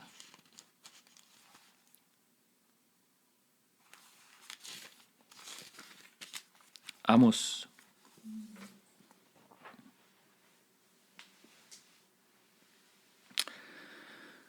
아모스서 8장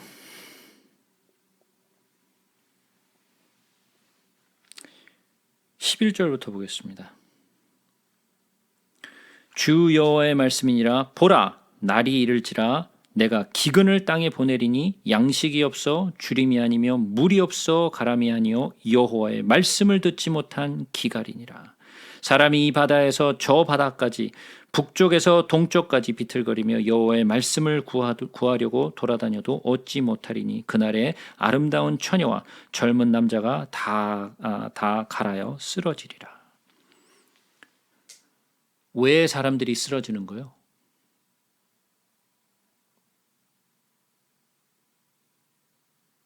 네? 말씀을 듣지 못한 기갈이라. 말씀을 듣지 못하니까 그들에게는 생명수도 없고 그들에게는 단비도 없어요.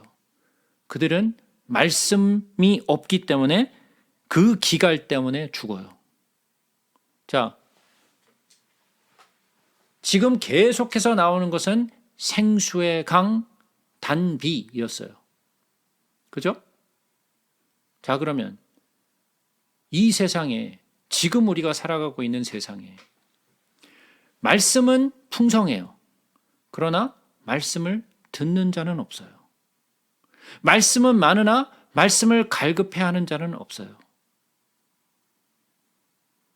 말씀은 많으나 기갈로 죽어가는 사람들이 훨씬 더 많아요. 우리는 그 말씀을 구해야 돼요. 어떻게 구해야 돼요? 목마른 사슴이 시냇물을 찾듯이 말씀을 구해야 돼요.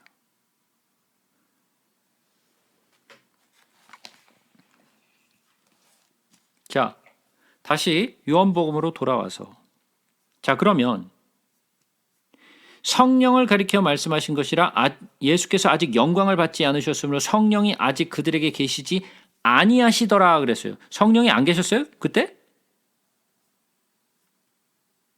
예? 내주하시는 성령님, 내주하시는 성령님은 그때 없었죠. 예, 그렇죠. 성령님의 역사하심은 그때에도 있었어요. 그죠? 엘리사벳에게도 있었고 마리아에게도 있었고 요한에게도 있었고 많은 사람들의 성령이 함께 역사했어요. 요한의 아버지였던 사가랴에게도 성령의 충만함이 있었어요. 그러면 그 성령은 뭐였죠? 예, 외주하시는 하나님의 능력으로 나타나는 것이었지 아직 성령이 우리 안에 들어오신 적은 없었다라는 거죠. 왜 들어오실 수 없었죠? 주인이기 때문에 우리의 죄가 해결되지 않았기 때문에 예수 그리스도의 십자가의 사건을 통하여 우리의 죄가 씻겨지기 이전에는 성령이 우리 안으로 들어오실 수 없었어요. 궁극적으로 예수 그리스도가 십자가의 죽으심으로 말미암아 그 죽음의 권세를 파하시고 우리 안에 드디어 생명의 길을 열어서 우리에게 성령이 처음으로 임하실 수 있는 길을 열으셨어요. 새롭고 산 길이라고 히브리서가 이야기하죠.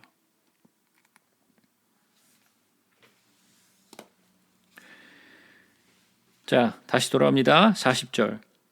이 말씀을 들은 무리 중에서 어떤 사람은 이 사람이 참으로 그 선지자라 하며 어떤 사람은 그리스도라 하며 어떤 이들은 그리스도가 어찌 갈릴리에서 나오겠느냐.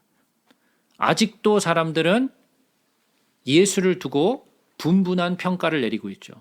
똑같은 예수를 바라보고 있는데 어떤 사람은 그리스도로, 어떤 사람은 선지자로, 어떤 사람은 그리스도가 아닌 그냥 선한 사람. 똑같은 예수, 똑같은 말씀을 듣고 있으나 모든 사람이 그를 바라보는 시각은 다 달랐다라는 거예요. 이 시대에 교회 안에서도 똑같은 일이 벌어지고 있어요. 우리는 복음의 메시지를 듣고 있으나 어떤 사람은 그냥 선한 선생, 어떤 사람은 그리스도로, 어떤 사람은 그냥 선지자로. 시자의 합의함. 우리는 하나님의 말씀을 온전히 분별해서 그를 나의 구원자, 나의 생명을 주시는 하나님의 아들 예수 그리스도로 우리는 믿어야 되는 거예요. 성경에 이르기를 그리스도는 다윗의 씨로 또 다윗이 살던 마을 베들레헴에서 나오리라 하지 아니하였느냐 하며 예수로 말미암아 무리 중에서 쟁론이 되니 그 중에서 그를 잡고자 하는 자들도 있으나 손을 대는 자가 없었더라. 그러니까 많은 무리가 있었고 그 무리 중에 수많은 사람들이 각각 자기가 바라보는 자기가 생각하는 그리스도로 보았다라는 거죠. 어떤 사람은 예수를 잡고자 하는 사람들도 있었다라는 거예요. 같은 예수, 같은 말씀, 같은 가르침을 받았으나 모두가 제자가 되지는 못하더라는 거예요. 아랫사람들이 대제사장들과 바리새인들에게 오니 그들이 묻되 어찌하여 잡아오지 아니하였느냐. 아랫사람들이 대답하되 그 사람이 말하는 것처럼 말한 사람은 이때까지 없었나이다 하니 바리새인들이 대답하되 너희도 미혹되었느냐. 당국자들이나 바리새인 중에 그를 믿는 자가 있느냐. 자, 오히려 대제사장들과 바리새인들이 아랫사람을 보내서 예수께 보내서 그를 잡아오게 만들었는데 그 보냈던 아랫사람들이 어떻게 했다고요? 잡아오지 않고 오히려 그들이 믿었다라는 거죠. 이러한 이야기를 하던 사람이 이제까지 없었습니다. 아니 그 사람은 당신들이 생각하는 그런 사람이 아닙니다라는 이야기를 하는 거죠. 그랬더니 바리새인들과 대제사장이 뭐라 그래요? 너희도 미혹되었느냐? 너희도 미혹되었느냐? 자, 여러분들은 분별해내실 수 있는 능력이 있으신가요? 제가 여기서 헛소리하고 있는지 이단의 교리를 가르치고 있는 건지 진리를 얘기하고 있는지 여러분들은 분별하실 수 있으세요? 예? 여러분들 뭔지도 모르고 막 좀 2단, 3단에 끌려오시는 거 아니에요 혹시? 예?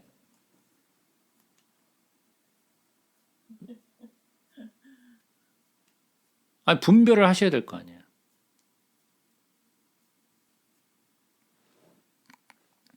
분별을 하는 기준은 뭐라고요? 말씀. 하나님의 말씀밖에 없어요. 거기는 어떠한 것도 없어요. 하나님의 말씀밖에 없어요. 그러면 하나님의 말씀을 온전하게 알고 있어야 분별을 할 수 있어요. 바리새인들이 대제사장들이 그러면 구약의 말씀을 몰랐나요? 예? 잘 알았잖아. 그럼 말씀을 잘 아니까 제대로 믿어줘야 되는 거 아니에요? 말씀을 잘 아는데 서기관들이나 바리새인들이나 대제사장들이나 알았을 거 아니에요. 제가 뭐라 그랬어요? 분별하기 위해선 하나님의 말씀을 알아야 된다. 근데 이 사람들 알고 있는 사람들이잖아. 어떻게 된 걸까요?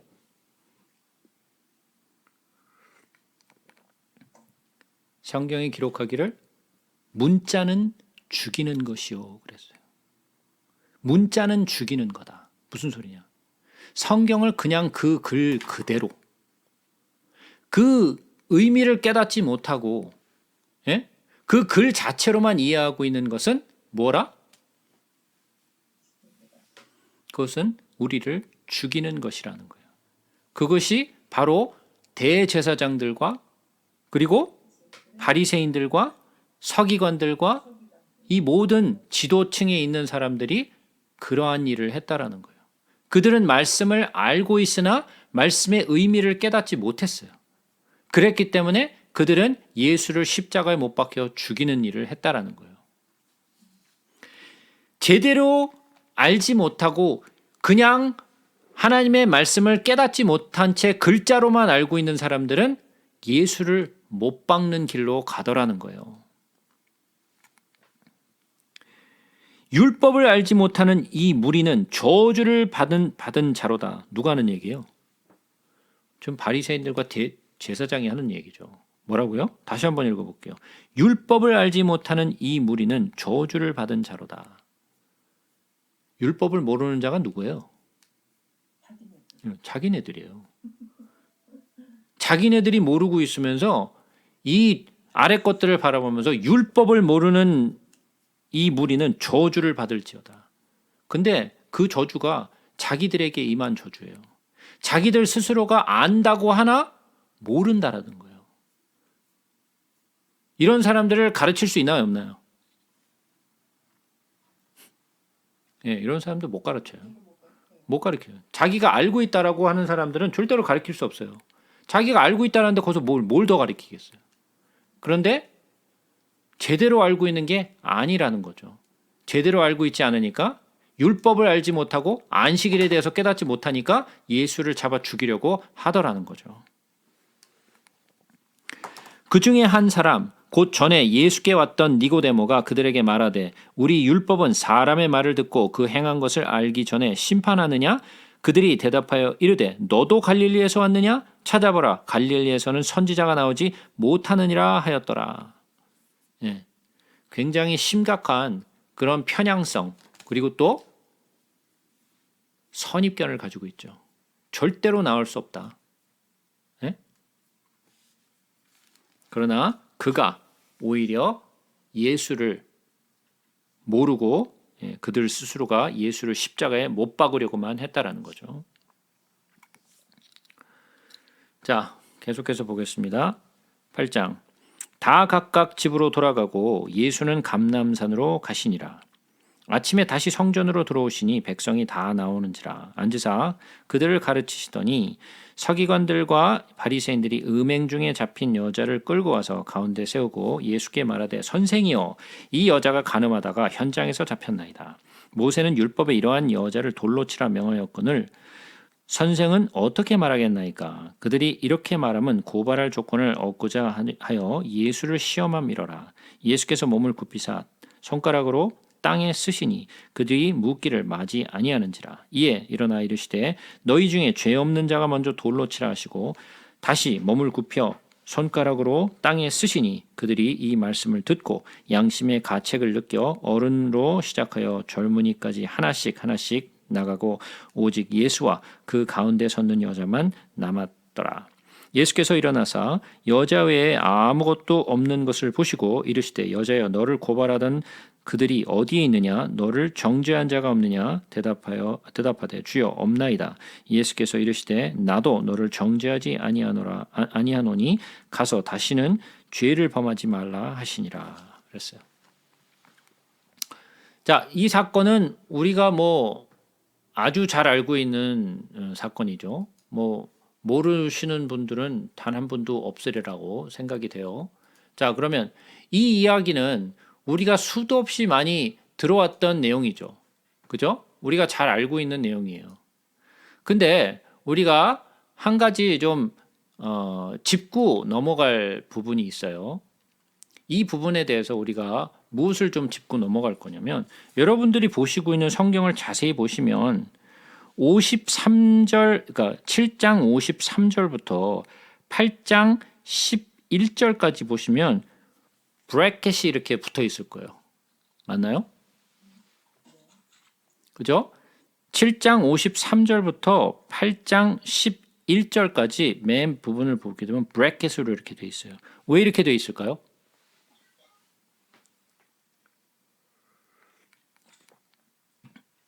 이 내용은 아주 오래된 그 사본들에게서 발견되지 않는 내용이에요. 이 내용은 아주 오래된 그 곱틱 그리고 또는 수리아 또는 이런 고딕 그 성경 사본에는 이 내용이 없어요. 예, 이 내용이 없어요. 그래서 이 내용은 가서 보시면 53절, 7장 53절 거기서 앞에 보시면 풋노트가 있을 거예요. 그 풋노트를 쭉 내려가서 보시면 뭐라고 써 있나요? 어떤 사본에 7장 53절부터 8장 12절까지 없음 그러고 나와 있죠. 그죠? 그래서 이 내용이 헬라어 사본들에서 발견되지 않았기 때문에 그렇다고 아예 없느냐? 그건 또 아니에요. 어떤 사본에는 또 있어요. 근데 그 어떤 있는 사본들 가운데에는 이 내용이 있기는 하나 어딘가가 맞지 않아요. 어딘가가 좀 연결이 좀 좀 잘 맞지 않아서 많은 사람들이 이 내용은 나중에 후대에 애드되었을 것이다 라고 보고 있는 것이 중론이에요. 그리고 처음에 이 내용들은 초대교회의 많은 지도자들이 이 내용을 설명하지 않았어요. 그렇다라는 말은 이 내용이 있지 않았다라는 거예요. 그들이 보고 있는 성경에. 이해가 되세요? 그래서 11세기까지는 이 내용이 거의 나타나지 않았어요. 이 내용들을 초대 그 지도자들이 인용하지 않았어요.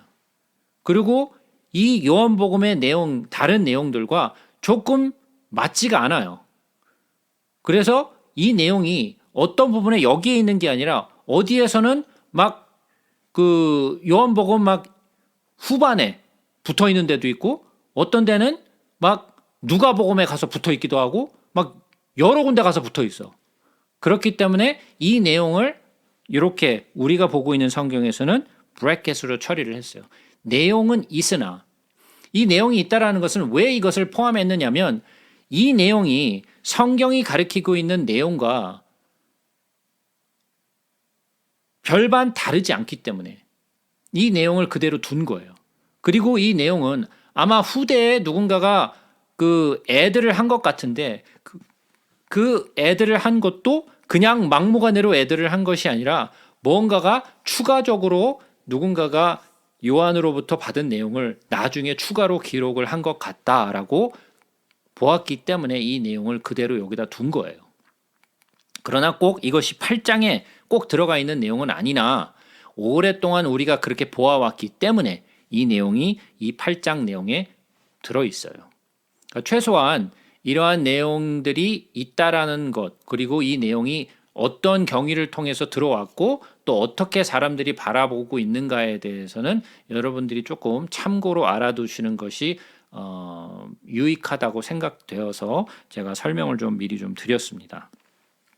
자, 그럼 다시 보겠습니다. 8장 사람들이 각각 집으로 돌아가고 예수는 감람산으로 다시 돌아오셨다 그러죠. 그리고 아침에 다시 성전으로 들어오세요. 그랬더니 백성들이 다 나왔는데 그 나온 이들에게 예수님이 말씀을 가르치셨어요. 근데 그때 서기관들과 바리새인들이 음행 중에 잡힌 여자를 끌고 와서 가운데 세웠어요. 자, 누구와 누구가 데려왔다고요? 여인을? 서기관들과 바리새인들이에요. 왜 서기관들과 바리새인들이 끌고 왔을까요?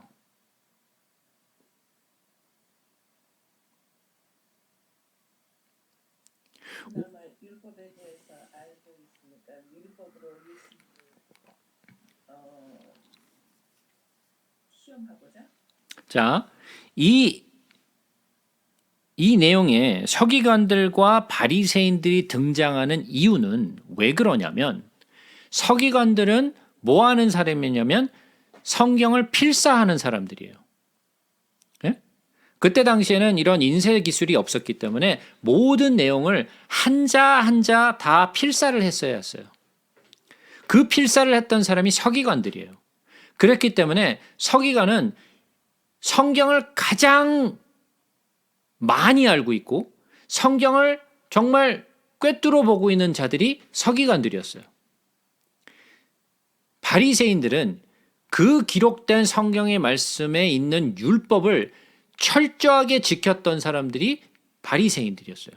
그러니까 성경을 필사하는 율법이 기록된 성경을 가장 잘 알고 있는 서기관들과 그 율법을 철저하게 지키고 있는 바리새인들이 합작해서 이 여인을 데리고 온 거예요.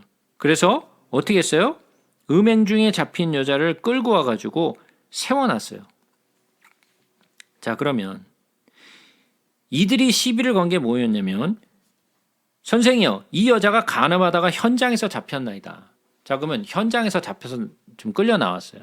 그러면 현장에서 잡혀갖고 끌려 나왔을 때 이 여인이 제대로 옷을 다 차려입고 목욕 재개하고 나왔을까요? 아니면 막 억지로 머리끄댕이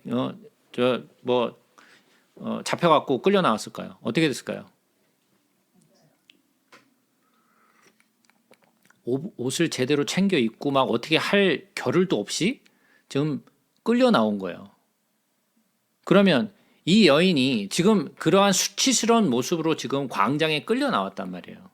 그럼 이 여인은 얼마나 부끄럽겠어요? 예? 얼마나 부끄럽겠어요? 현장에서 잡혔으니 지금 그 옷을 제대로 챙겨도 입지도 못한 상태에서 끌려 나온 것 같은데 그런 상태에서 성전에 지금 있는데 성전으로 끌려 나왔어요. 지금 율법사들과 그리고 또 이 바리새인들이 이 여자를 끌고 나와가지고 모세는 율법에, 그러니까 서기관들은 성경을 잘 아는 자들이라 그랬죠. 율법을 철저하게 지키는 자들이 바리새인들이라 그랬어요. 그러면 그 두 무리가 합작을 해가지고 자, 율법에 이러한 여자를 돌로 치라 명하였거니와 선생은 어떻게 말하겠습니까? 자, 근데 이 내용에 솔직히 말해서 그들이 돌을 쳐서 이 여인을 죽이려고 했다라고 기록하고 있지는 않아요. 성경은 뭐라고 기록을 하냐면 뭐라 그래요? 그들이 이렇게 말함은 고발할 조건을 얻고자 하였다 그랬어요. 이때 당시에는 로마의 정권 아래에 있었기 때문에 이 이스라엘 백성들은 돌로 누군가를 죽일 수 없었어요. 그들에게는 재판권이 없었어요. 그 재판권은 로마에 있지 자기들에게 있지 않았어요. 그래서 율법으로 돌로 쳐서 죽이라 그랬는데 어떻게 할까요? 그래서 예수에게 고발할 조건을 찾기 위해서 얘기한 거예요. 자, 그러면 율법으로는 이 여자는 돌로 쳐서 죽여야 돼요. 그죠? 자, 돌로 쳐서 죽여야 되는데 이 돌로 쳐서 죽이려고 사람들이 끌고 나왔는데 자, 이 여인이 나오게 된 이유는 뭐예요?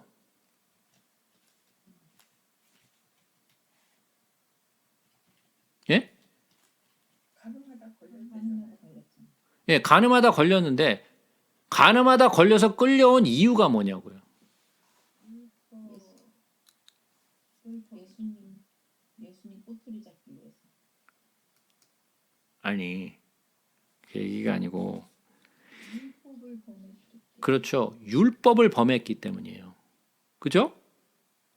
율법에 뭐라고 돼 있냐면 간음한 자는 돌로 쳐 죽이라라고 율법에 써 있단 말이에요. 이것은 레위기와 신명기에 나와 있는 모세의 율법에 있는 이야기란 말이에요. 그죠? 그러면 율법에 모세의 율법에 간음한 자는 돌로 쳐서 죽이라는 율법이 기록돼 있기 때문에 이 여인은 끌려 나온 거예요. 만약에 모세의 율법에 그렇게 기록돼 있지 않았더라면 이 여인은 끌려 나올 일이 없어요. 그죠?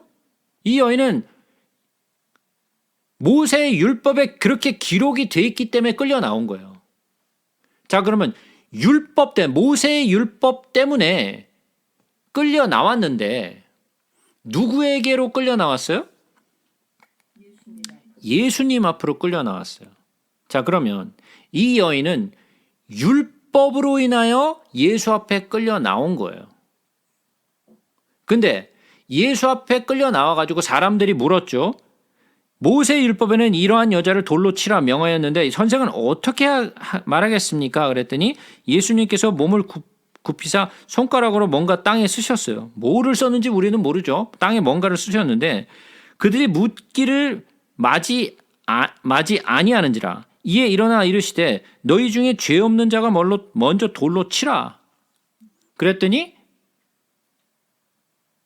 이 말씀을 듣고 양심의 가책을 느껴 어른으로부터 시작하여 젊은이까지 하나씩 나가고 오직 예수와 그 가운데 섰는 여자만 남았더라 그랬어요. 자, 그러면 율법 때문에 예수님이 이 간음한 여인이 성전으로 끌려 나왔고 예수 앞으로 끌려 나왔는데 예수 앞으로 끌려 나왔더니 돌로 쳐서 죽여야 될 이 여인이 무엇을 얻어요? 예, 죄 사함을 얻고 생명을 얻게 되죠. 네. 자, 그러면 이 말씀은 우리가 잘 알고 있는 말씀과 연결이 돼요. 어떠한 말씀? 오라. 예수 앞으로 오라. 예수 앞에 드려라.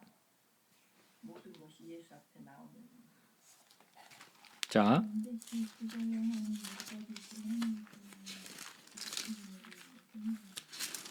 우리가 갈라디아서 3장을 보겠습니다.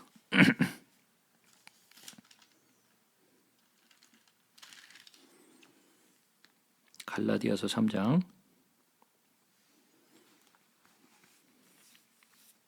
23절부터 보겠습니다. 믿음이 오기 전에는 우리는 율법 아래에 매인 바 되고 계시될 믿음의 때까지 갇혔느니라. 이같이 율법이 우리를 그리스도께로 인도하는 초등교사가 되어 우리로 하여금 믿음으로 말미암아 의롭다 함을 얻게 하려 함이니라. 뭐라고요? 율법이 우리를 그리스도께로 인도하는 초등교사가 되었다 그랬어요. 율법은 누구에게로 인도해요? 예수 앞으로 인도하게 돼 있어요. 율법은 예수께로 인도해요. 그리고 예수 앞에 나오면 무엇을 얻어요? 용서함과 생명. 생명을 얻는 거예요. 구원을 입는 거죠. 그죠? 이 사건이 지금 이 갈라디아서의 내용과 정확하게 부합되는 이야기예요. 그러니까 죄 있는 자는 누구에게로 나와야 돼요?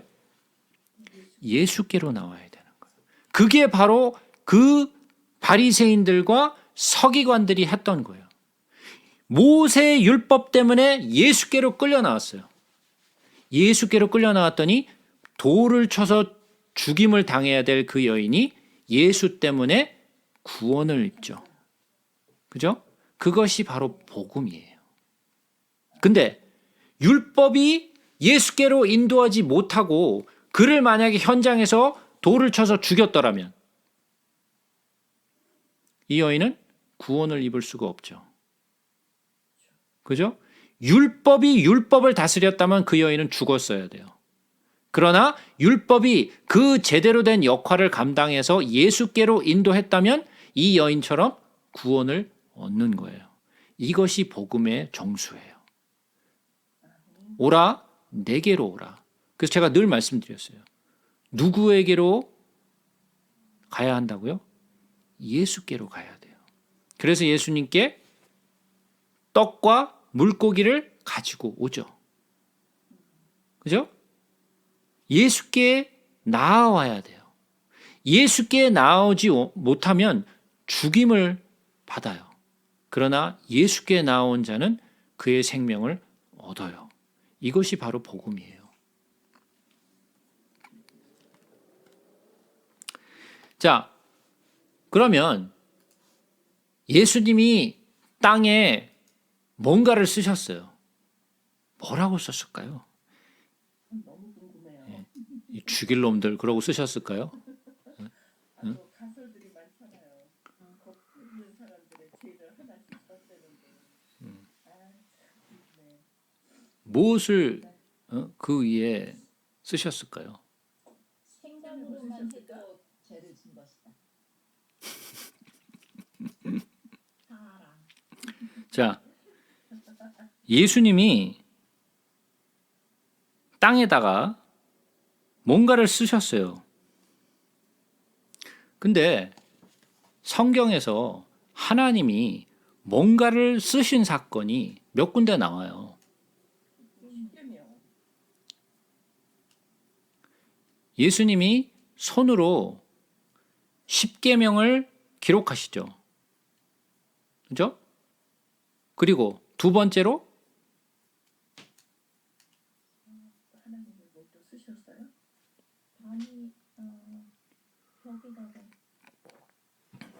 그죠? 다니엘에서 벽에 손가락이 나와서 가락으로 쓰시죠. 뭐라 그리고 또 손으로 쓰셨다.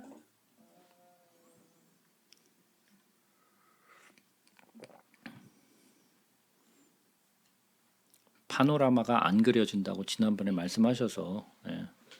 잠깐만요. 시간 좀 주세요.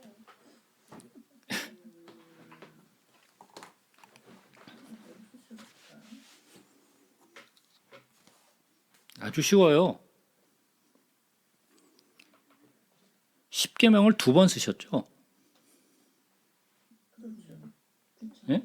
첫 번째 쓰셨는데 예? 깨버렸고 모세가 들고 가다가 예? 열난다고 그냥 갖다 집어 던져가지고 다 박살내버리고 2번째 들고 올라가가지고 또 하나님이 쓰시잖아요. 그죠? 그래서 돌판에 율법을 2번 쓰셨어요. 그리고 다니엘 때 손이 나와서 메네메네 데겔 우바르신 그러고 바벨론 그 성에서 그걸 쓰셨고 그게 다예요. 그게 다야. 근데 첫 번째, 2번째 율법을 쓰신 것은 돌판에 쓰셨어요. 땅에다 쓴 게 아니에요. 그죠? 그리고 다니엘서에서 나온 것도 벽에다 썼어요. 그죠? 흙에다 쓴 게 아니에요. 흙에다 쓴 것은 예수님이 처음이자 마지막이에요.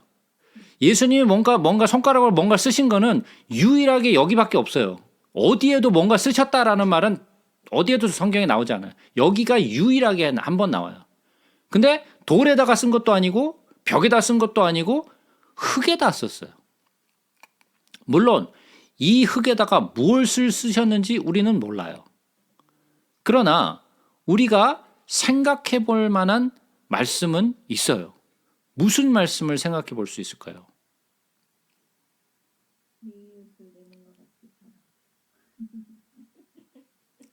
예.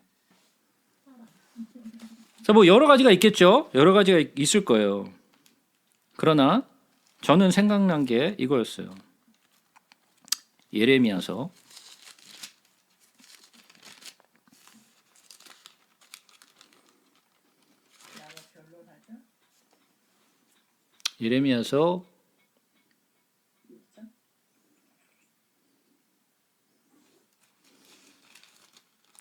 17장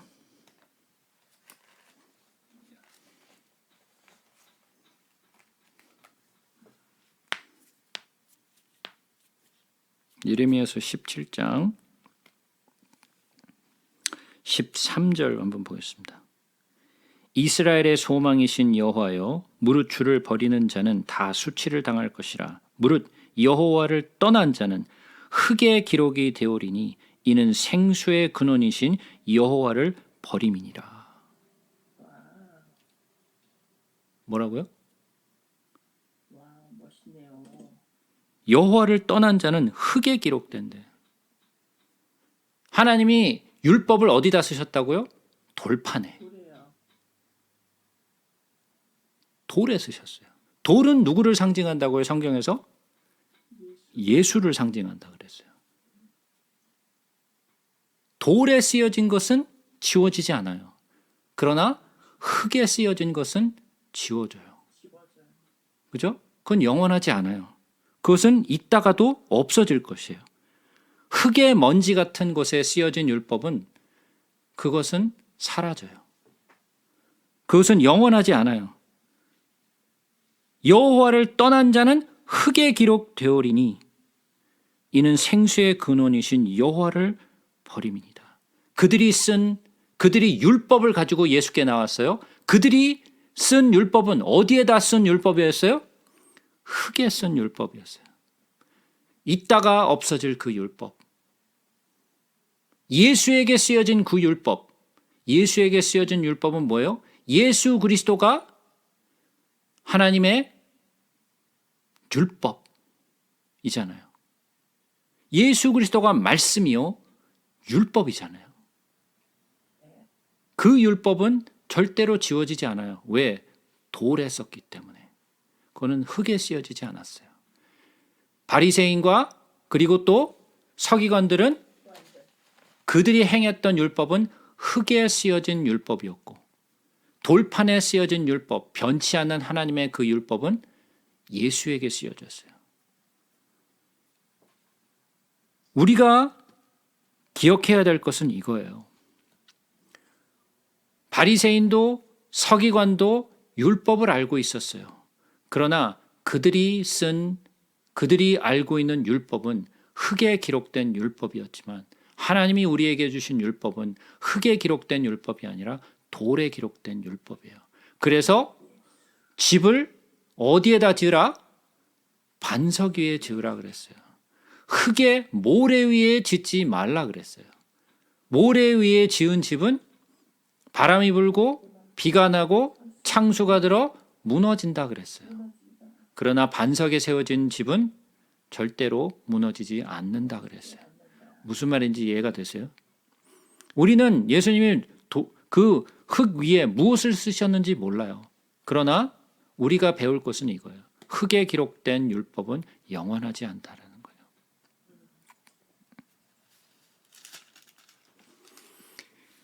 예수께서 또 말씀하여 이르시되 나는 세상의 빛이니 나를 따르는 자는 어둠에 다니지 아니하고 생명의 빛을 얻으리라.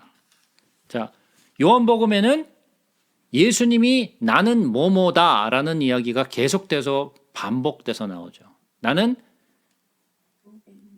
생명의 떡이라. 예? 나는 빛이라. 예? 자, 나는 세상의 빛이니 그랬어요. 그러면 진짜로 빛은 예수죠. 우리가 요한복음 1장에서 그 이야기를 자세하게 다뤘잖아요. 뭐라 그랬어요? 빛이 그 안에 생명이 있었으니 생명은 사람들의 빛이라 빛이 어두움에 비치되 어둠이 깨닫지 못하더라. 하나님께서 보내심을 받은 사람이 있으니 그의 이름은 요한이라. 그가 증언하러 왔음에 곧 빛에 대하여 증언하고 모든 사람이 자기로 말미암아 믿게 하려 함이라. 그는 이 빛이 아니요 이 빛에 대하여 증언하러 온 자라. 참 빛 곧 세상에 와서 각 사람에게 비추는 빛이 있었나니 그가 세상에 계셨으며 세상은 그로 말미암아 지은 바 되었고 세상이 그를 알지 못했다 그랬어요. 진짜 빛, 참 빛. 이것은 누구요? 예수예요.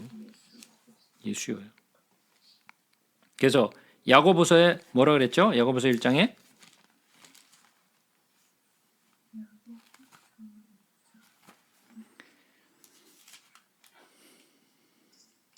야고보서 1장에 보면 이런 이야기가 있죠. 온갖 좋은 은사와 온전한 선물이 다 위로 빛들의 아버지께로부터 내려오나니 그는 변함도 없으시고 회전하는 그림자도 없으시니라.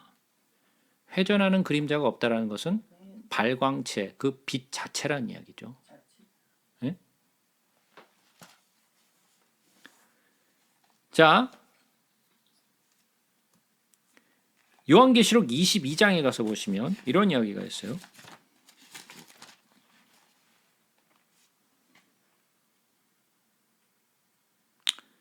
요한계시록 22장 16절에 보시면 나 예수는 교회들을 위하여 내 사자를 보내어 이것들을 너희에게 증언하게 하였노라. 나는 다윗의 뿌리요 자손이니 곧 광명한 새벽별이니라 하시더라. 예수님이 뭐라고요? 광명한 새벽별이라고 그랬어요. 그가 우리의 새벽별이 되세요. 그가 우리의 빛이 되세요.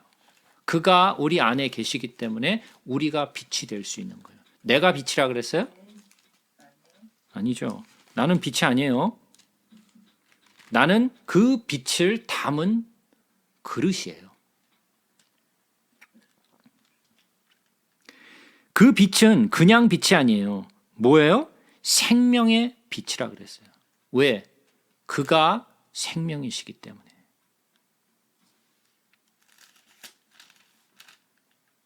바리새인들이 이르되 내가 너를 위하여 증언하니 내 증언은 참되지 아니하도다. 예수께서 대답하여 이르시되 내가 나를 위하여 증언하여도 내 증언이 참되니 나는 내가 어디서 오며 어디로 가는 것을 알거니와 너희는 내가 어디서 오며 어디로 가는 것을 알지 못하느니라. 너희는 육체를 따라 판단하나 나는 아무도 판단하지 아니하노라. 만일 내가 판단하여도 내 판단이 참되니 이는 내가 혼자 있는 것도 아니요 나를 보내신 이가 나와 함께 계심이라. 너희 율법에도 두 사람의 증언이 참되다 기록되었으니. 그래서 제가 둘이라는 숫자는 증인의 숫자라고 제가 수도 없이 말씀드렸죠. 예? 내가 나를 위하여 증언하는 자가 되고 나를 보내신 아버지도 나를 위하여 증언하시느니라. 이에 그들이 묻되 내 아버지가 어디 있느냐? 예수께서 대답하시되 너희는 나를 알지 못하고 내 아버지도 알지 못하는도다. 나를 알았더라면 내 아버지도 알았으리라. 이 말씀은 성전에서 가르치실 때 헌금함 앞에서 하셨으나 잡는 사람이 없으니 이는 그의 때가 아직 이르지 아니하였음이로라. 그랬어요.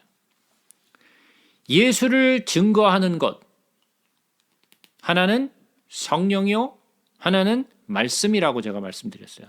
그러나 여기에 또 하나 예수를 증언하는 것이 있는데 누가 증언한다고요?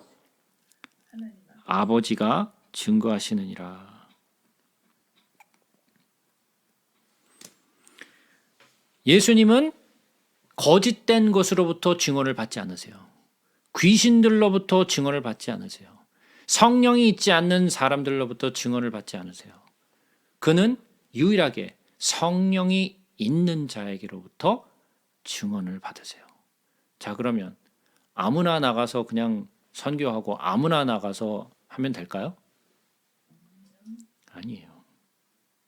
아니에요. 제일 먼저 뭘 해야 돼요? 예수 그리스도를 믿어 성령을 받은 후에 그 다음에 증인으로 나가는 거예요. 그래서 제자들에게도 너희는 예루살렘을 떠나지 말라라고 얘기하신 거예요. 그들이 많은 것을 경험했고 그들이 많은 것을 보았고 많은 가르침을 얻었으나 그래도 안 된다라는 거예요. 내가 약속한 성령이 너희에게 이를 때까지 예루살렘을 떠나지 말라 하셨던 거예요. 그러면 우리도 하나님의 일을 하기 위해서는 아무나 오래됐으니까 직분이 있으니까 아니에요. 예수를 증언할 수 있는 사람은 유일하게 그의 빛을 가진 자요 예수 그리스도의 영이 그 안에 살아있는 자에게서만 예수는 증거돼요. 우리가